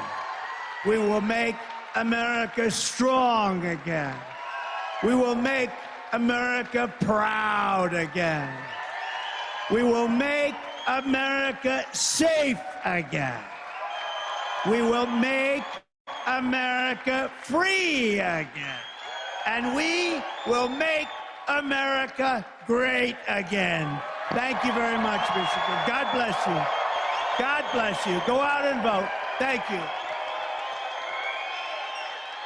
Thank you very much. Thank you. Go out and vote.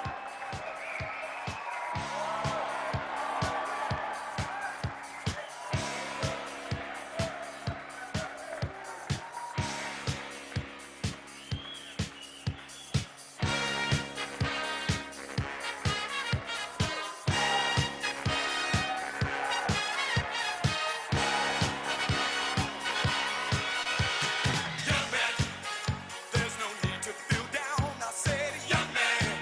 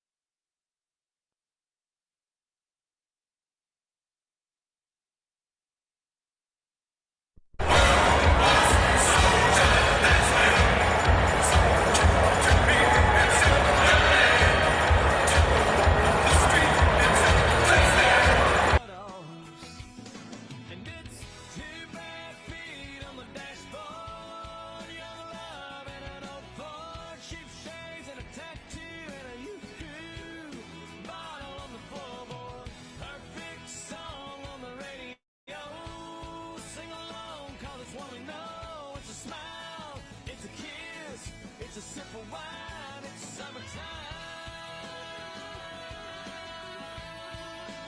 Sweet summertime.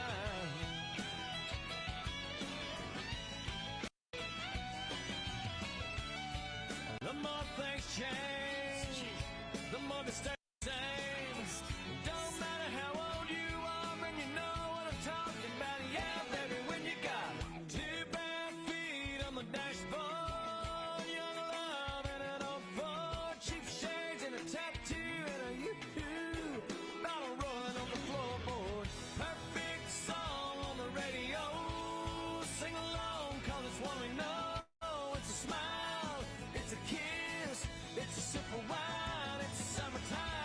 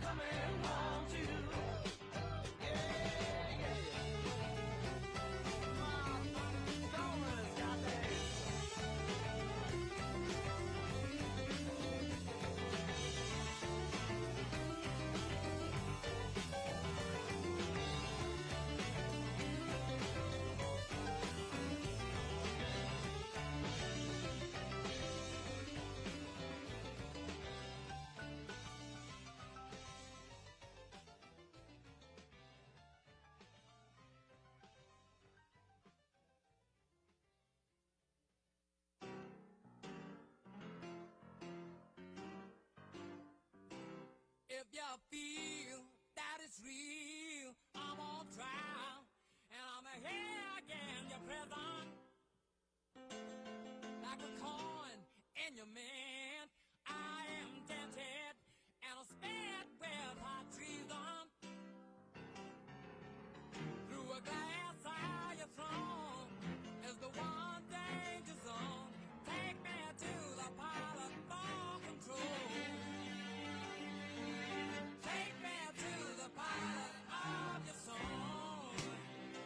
Take me to the pilot, lead me to the chamber. Take me to the pilot, I'm not a stranger. Take me to the pilot, lead me to the chamber. Take me to the pilot, I'm not a stranger. Na na na, na na na, na na na, na na na na, na na na, na na na, na na na, na na na.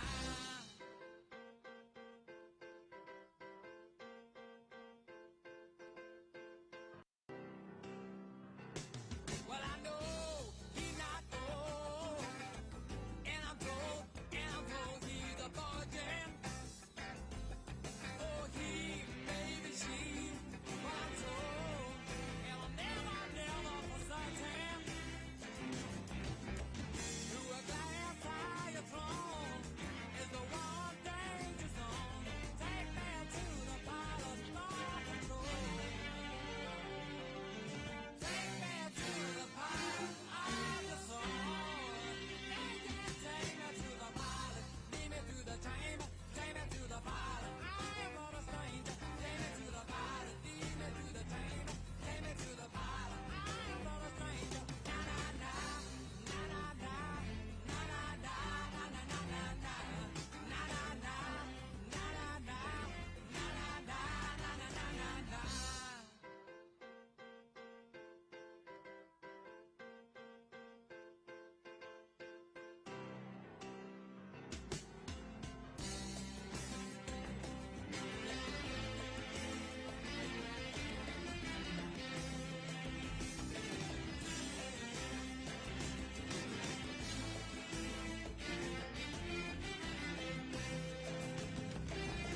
Through a glass eye home is the one danger zone. Take me to the pilot for control. Take me to the pilot of your soul.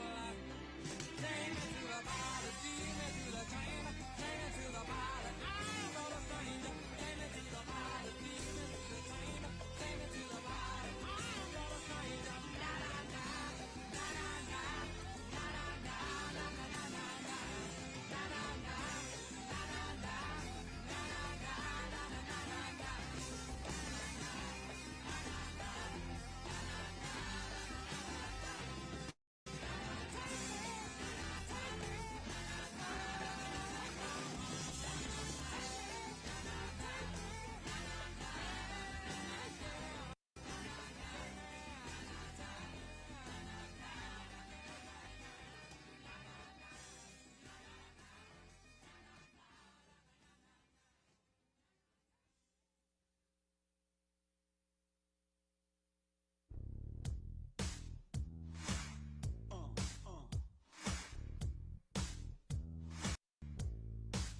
I got that real good, feel good stuff up under the seat of my big black jacked up truck. Rolling on 35s, pretty girl by my side. You got that suntan skirt and boots, waiting on you to look my way and scoot your little hot self over here. Girl, hand me another beer, yeah. All them other boys wanna line you up and take you downtown, but you look like the kind that likes to take it way out where the cornrows grow. Roll my boat, floating down the Flint River. Catch us up a little catfish dinner. Gonna sound like a winner when I lay you down and love you right. Yeah, that's my kind of night.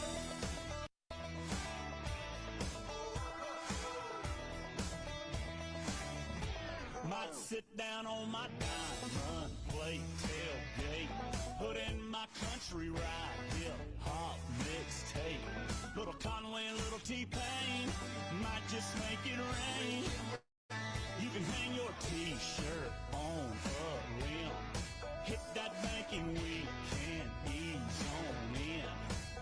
yourself a little moonlight. You know I know what you like, yeah. All them other boys wanna wind you up and take you downtown, but you look like the kind that likes to take it way out. Out where the cornrows grow, roll my boat, floating down the Flint River. Catch yourself a little catfish dinner. Gonna sound like a winner when I lay you down and love you right. Yeah, that's my kind of night. Yeah, that's my kind of night. My kind of, your kind is this kind of night. We dance in the dark and your lips land on mine. Oh, gonna get our love on.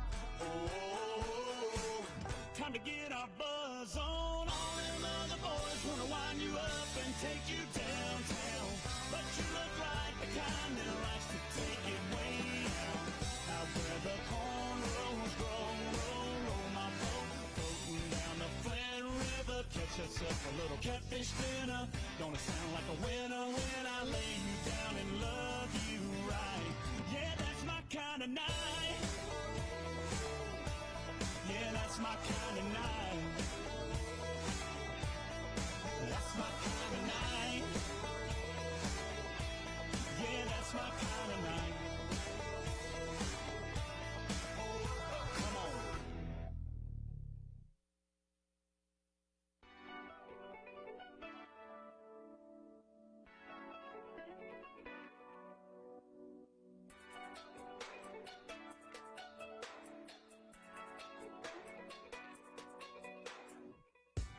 I know he hurt you, made you scared of love, too scared to love. He didn't deserve you, 'cause your precious heart is a precious heart. He didn't know what he had, I thank God. Oh, and it's gonna take just a little time, but you're gonna see that I was born to love you. What if I fall? I won't let you fall. What if I cry? I'll never make you cry. And if I get scared, I'll hold you tighter. When they try to get to you, baby, I'll be the fighter. What if I fall? I won't let you fall. What if I cry? I promise I'll never make you cry. And if I get scared, I'll hold you tighter. When they try to get to you, baby, I'll be the fighter. Look in the mirror, you're beautiful, so beautiful. I'm here to remind you, you're my only one. Let me be the one to heal all the pain that it put you through. With love like you never knew, just let me show you. What if I fall? I won't let you fall. What if I cry? I'll never make you cry. And if I get scared, I'll hold you tighter. When they try to get to you, baby, I'll be the fighter. What if I fall? I won't let you fall. What if I cry? I promise I'll never make you cry. And if I get scared, I'll hold you tighter. When they try to get to you, baby, I'll be the fighter. I wanna believe that you got me, baby. I swear I do from now into the next life. I wanna give you all my heart. What if I fall? I won't let you fall. What if I cry? I'll never make you cry. And if I get scared, I'll hold you tighter. When they try to get to you, baby, I'll be the fighter. What if I fall? I won't let you fall. What if I cry? I promise I'll never make you cry. And if I get scared, I'll hold you tighter. When they try to get to you, baby, I'll be the fighter. What if I fall? What if I cry? And if I get scared, I'll hold you tighter. When they try to get to you, baby,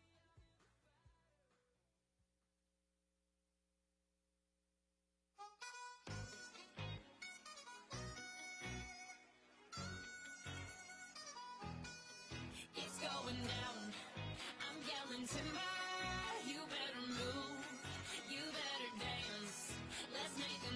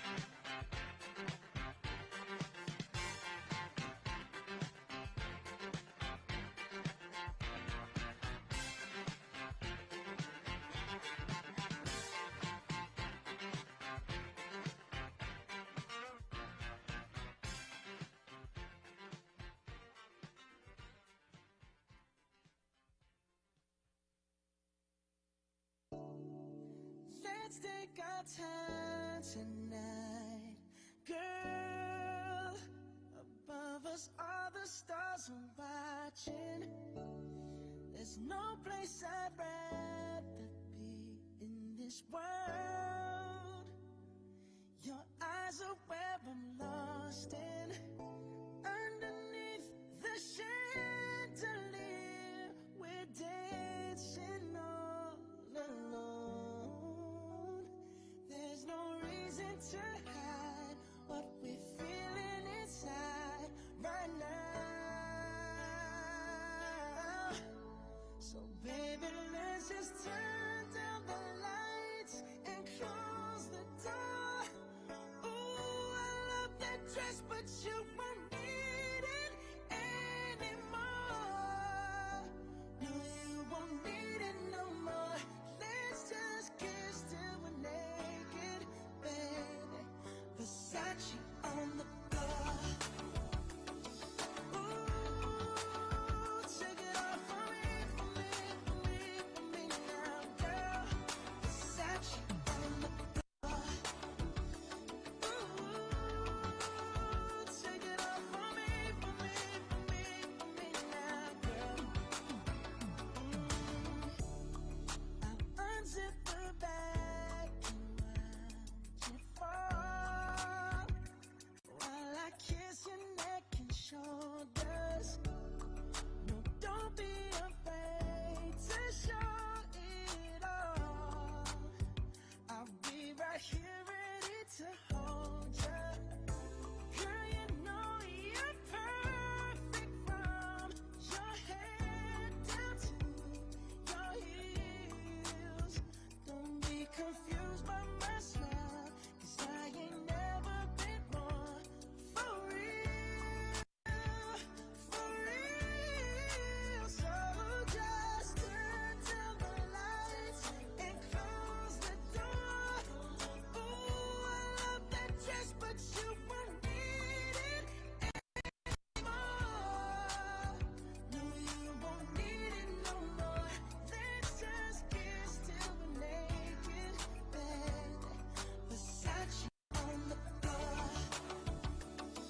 Ooh, take it off for me, for me, for me, for me now, girl. Versace on the floor. Ooh, take it off for me, for me, for me, for me now, girl. Yes.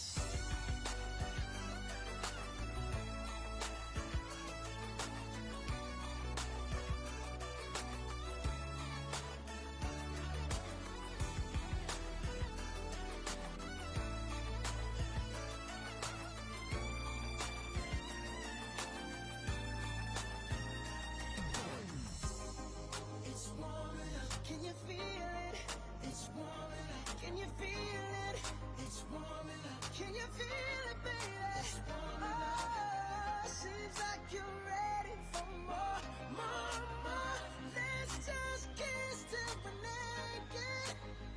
Ooh, Versace on the floor. Hey, baby, take it off for me, for me, for me, for me now, girl. Versace on the floor. Oh, oh, oh. Take it off for me, for me, for me, for me now, girl. Versace on the floor. Floor.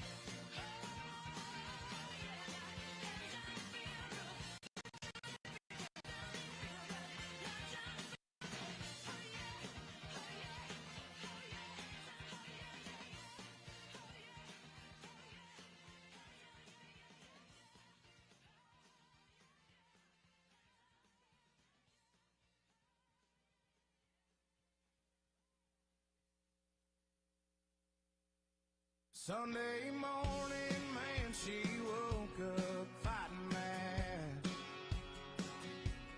bitching and moaning on and on about the time I had. And by Tuesday, you could say that girl was good as gone. And then when Thursday came around, I was all alone. So I went for a drive to clear my mind. Ended up at a Shell on I-65. Then I won $100 on a scratch-off ticket. Bought 2 12-packs and a tank of gas with it. She swore they were a waste of time, all, but she was wrong.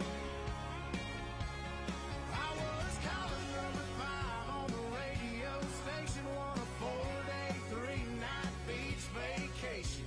Deep sea senorita fishing down in Panama.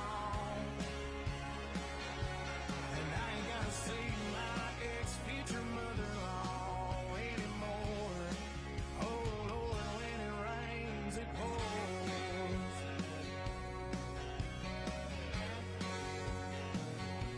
Now she was sure real quick to up and apologize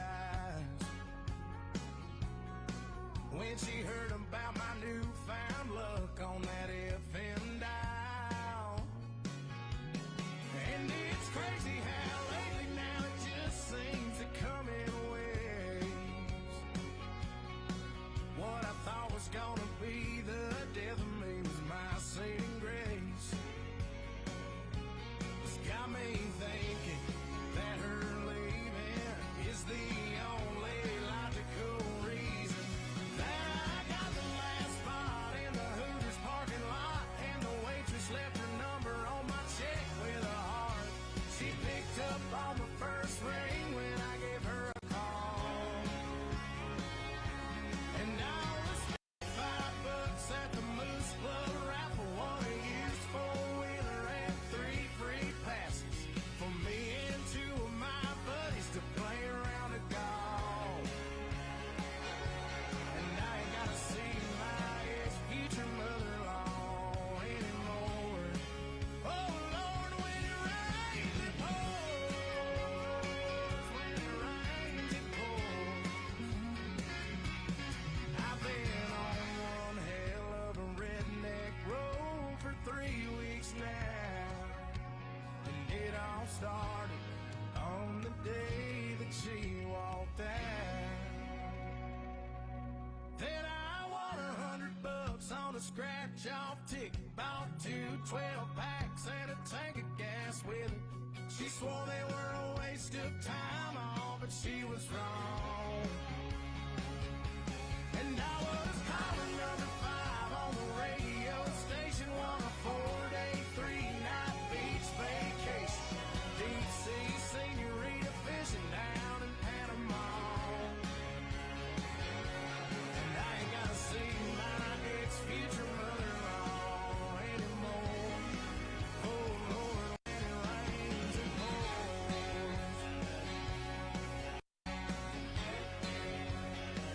When it rains, it pours.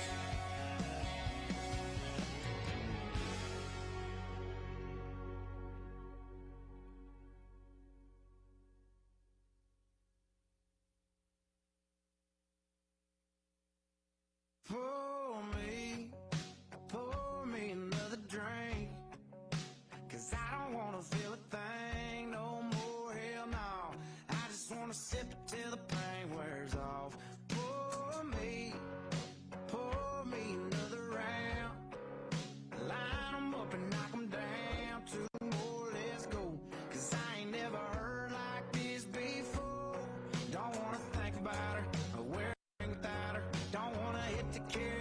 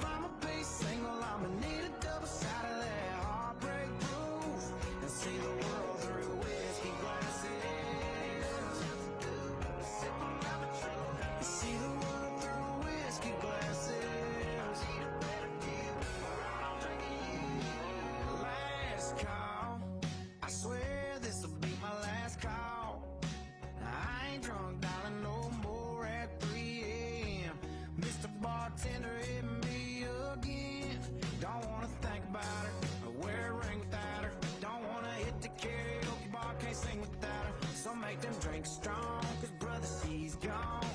And if I'm ever gonna move on, I'ma need some whiskey glasses, cause I don't wanna see the truth. She's probably making out on the couch right now with someone new. Yeah, I'ma need some whiskey glasses if I'm gonna make it through. If I'ma be single, I'ma need a double shot of that heartbreak blues and see the world through whiskey glasses. Oh, see the world through whiskey glasses. Yeah. Line 'em up, line 'em up, line 'em up, line 'em up. Knock 'em back, knock 'em back, knock 'em back, knock 'em back. Fill 'em up, fill 'em up, fill 'em up, fill 'em up.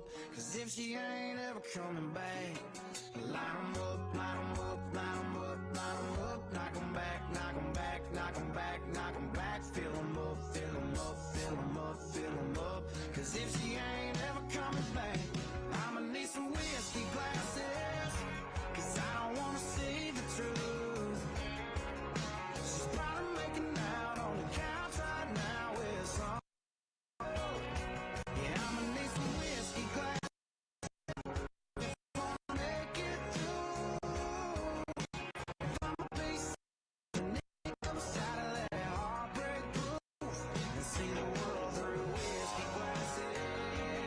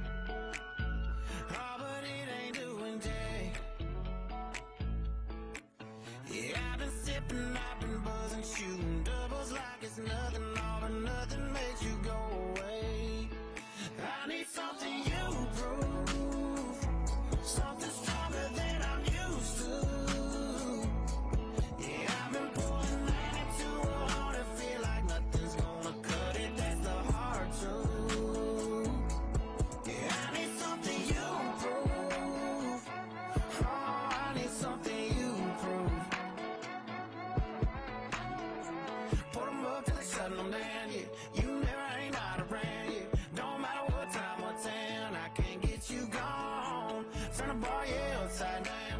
Just looking for something that does it. I give them all my money. Ain't nobody selling nothing. You prove something stronger than I'm used to. Yeah, I've been pulling 92 hard and feel like nothing's gonna cut it. That's the hard truth. Yeah, I need something you prove. Oh, I need something you prove.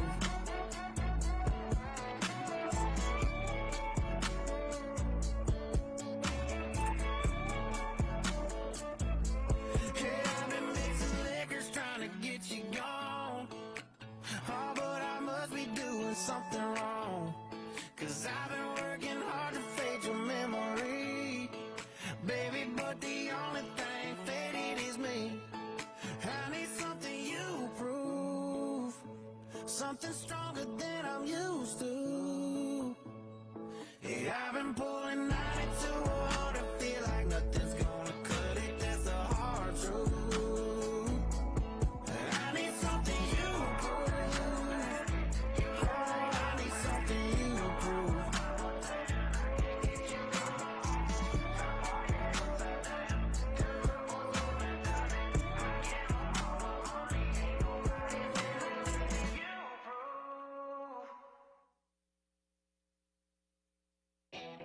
Josie's under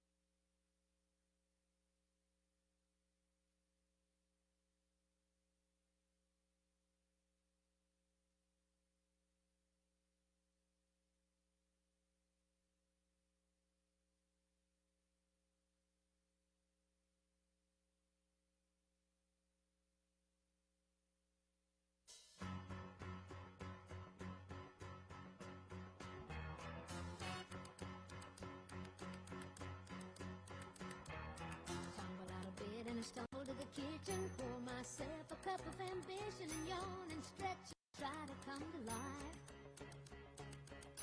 Jump in the shower and the blood starts pumping. Out on the streets, the traffic starts jumping with folks like me on the job from 9 to 5. Working 9 to 5, what a way to make a living, barely getting by.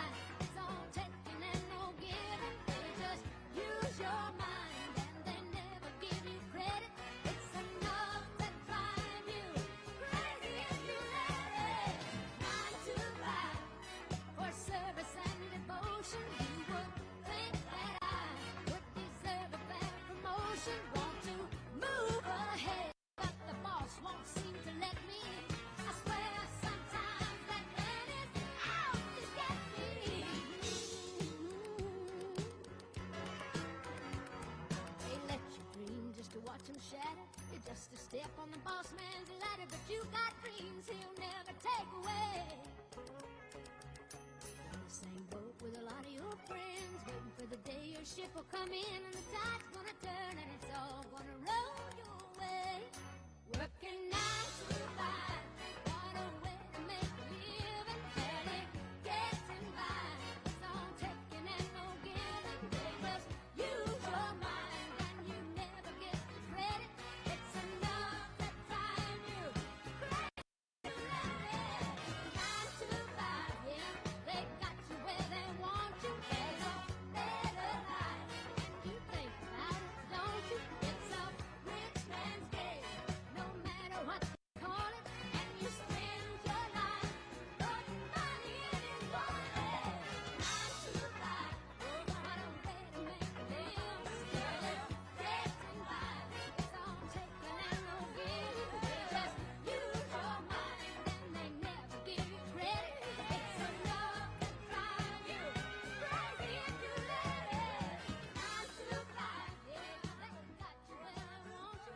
There's a better life, you dream about it, don't you?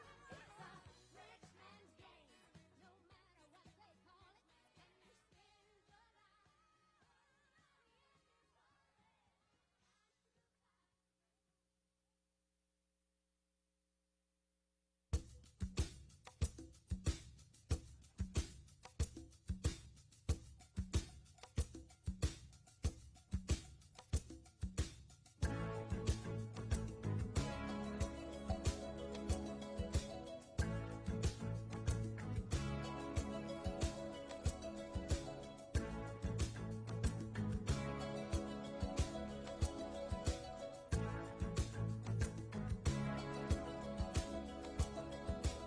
I hear the drums echoing tonight, and she hears only whispers of some quiet conversation. She's coming in 12:30 flight. The moonlit wings reflect the stars that guide me towards salvation. I stopped an old man along the way, hoping to find some old forgotten words or ancient melodies. He turned to me as if to say, hurry boy, it's waiting there for you. Gonna take a lot to drag me away from you. There's nothing that 100 men or more could ever do. I bless the rains down in Africa. Gonna take some time to do the things we never had.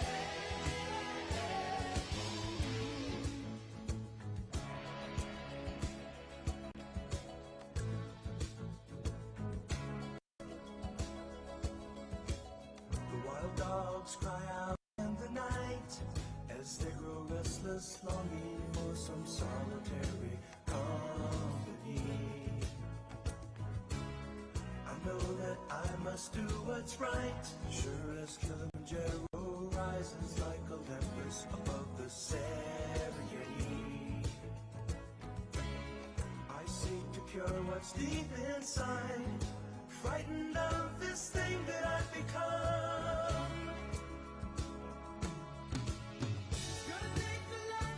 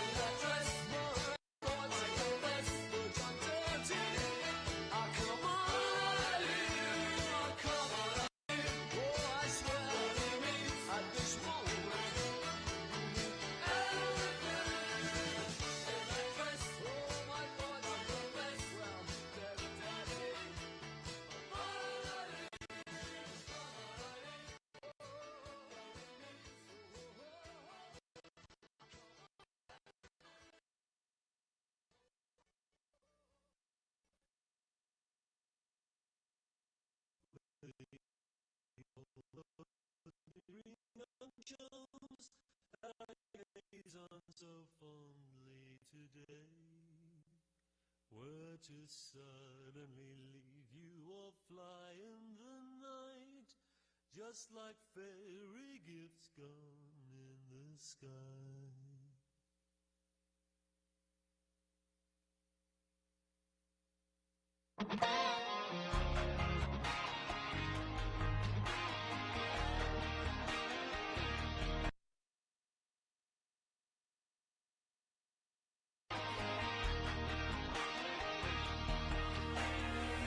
Mixtapes got a little Hank, little Drake, a little something bumping, thumping on the wheel, right? The mix in our drink's a little stronger than you think, so get a grip, take a sip of that feel, right? Trucks jacked up, flat bills flip back. Yeah, you can find us where the party's at. This is how we roll. Singing down everything on the radio. We light it up with our hands up. This is how we roll. This is how we do. We burning down the night, shooting bullets.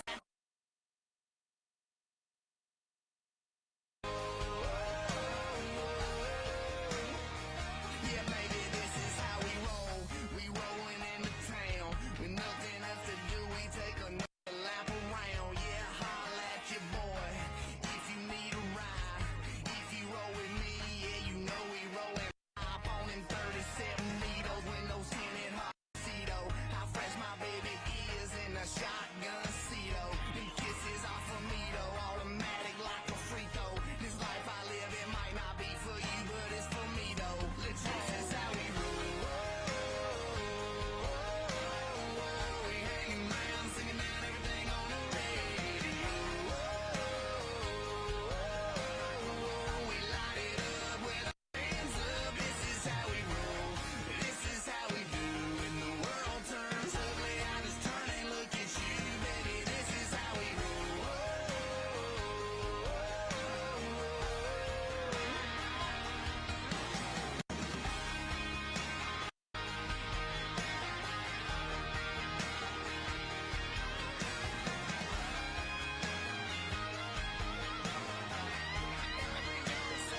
Yeah, we're proud to be young.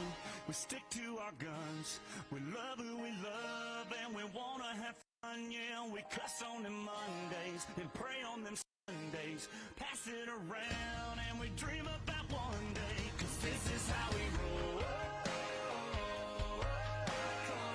We hanging round, singing down everything on the radio. We light it up with our hands up. This is how we roll. This is how we ride. We're slanging up the mud, cutting through the countryside.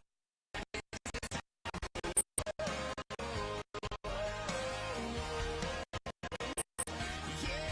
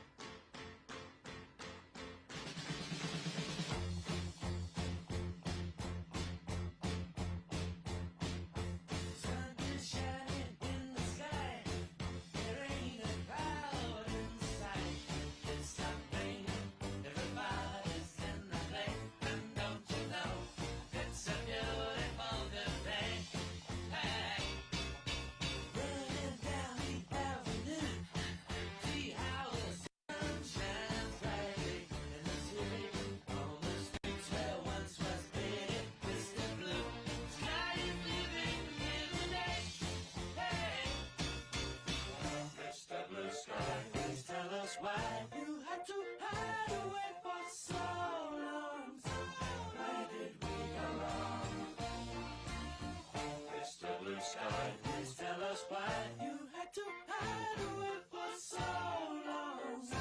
Where did we go wrong?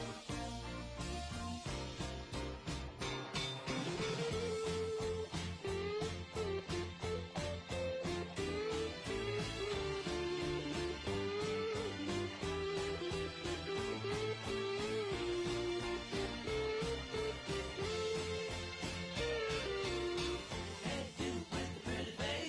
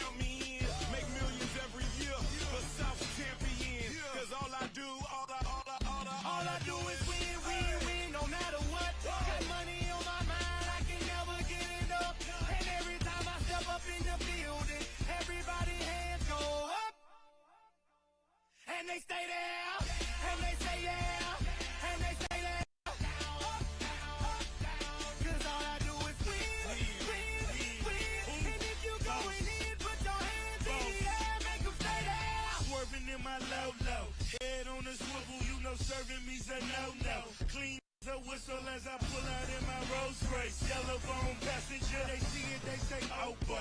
Tell Kelly, back it up, my call me loco. Down for armed trafficking, don't make me pull that. Ask you what you laughing at, represent that mud life. Dirty money, better get your mud right. We come together, holding hands and holler good. We all strapping all black, it's like, hey. You riding or what? Cause we riding tonight. Now you riding with me cause you wasn't riding. All I do is win, no matter what. Got money on my mind, I can never get enough. And every time I step up in the building, everybody hands go up. And they stay there, and they say yeah, and they stay there. Cause all I do is win. And if you win it, yeah, make them stay there. Heat in the kitchen, hot on the stove, water getting boiled. Being sold, Snoopy in the hookie, system overload. I've been running this rap game since I was 20 years old. I hung with the worst of them, bust till I burst them up, floss them up, toss them up, harder way, close them up. Pardon me, I'm bossing up, pressure up, bless you, bro, don't mess with us. We like the U in the 80s, back to back, set a track, hit the link, get it back, get the track. Back, time and time again, while I'm sipping on this gin. Al Davis said it best, just win, baby, win. All I do is win, no matter what. Got money on my mind, I can never get enough. And every time I step up in the building, everybody hands go up. And they stay there, and they say yeah, and they stay there. Cause all I do is win. And if you going in, put your hands in the air, make them stay there.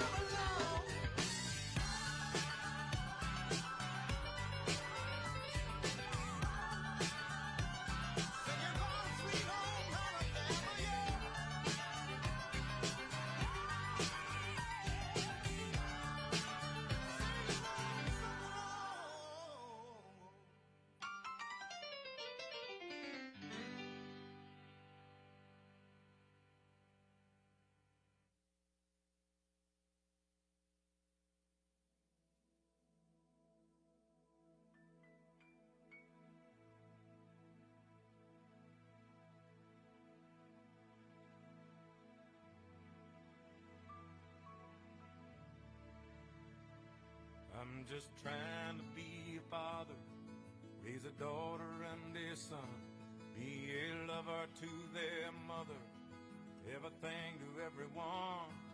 Up and at 'em bright and early, I'm all business in my suit. Yeah, I'm dressed up for success, from my head down to my boots. I don't do it for the money, there's bills that I can't pay. I don't do it for the glory, I just do it anyway. Providing for our futures, my responsibility. Yeah, I'm real good under pressure, being all that I can be.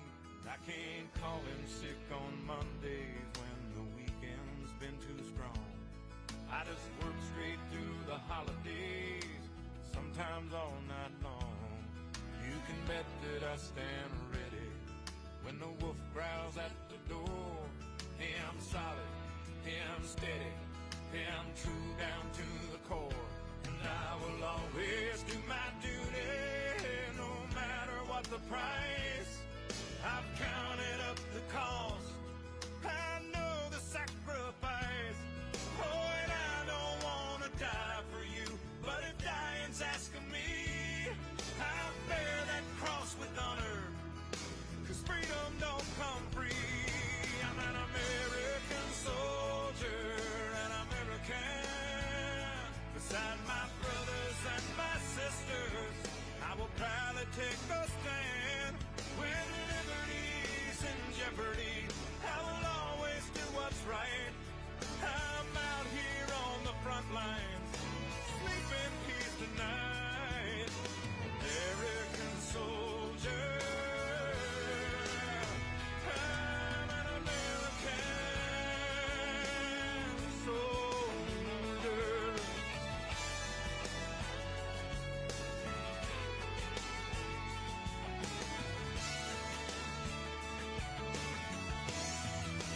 Yeah, an American soldier, an American. Beside my brothers and my sisters, I will proudly take a stand. When liberty's in jeopardy, I will always do what's right. I'm out here on the front line, so sleep in peace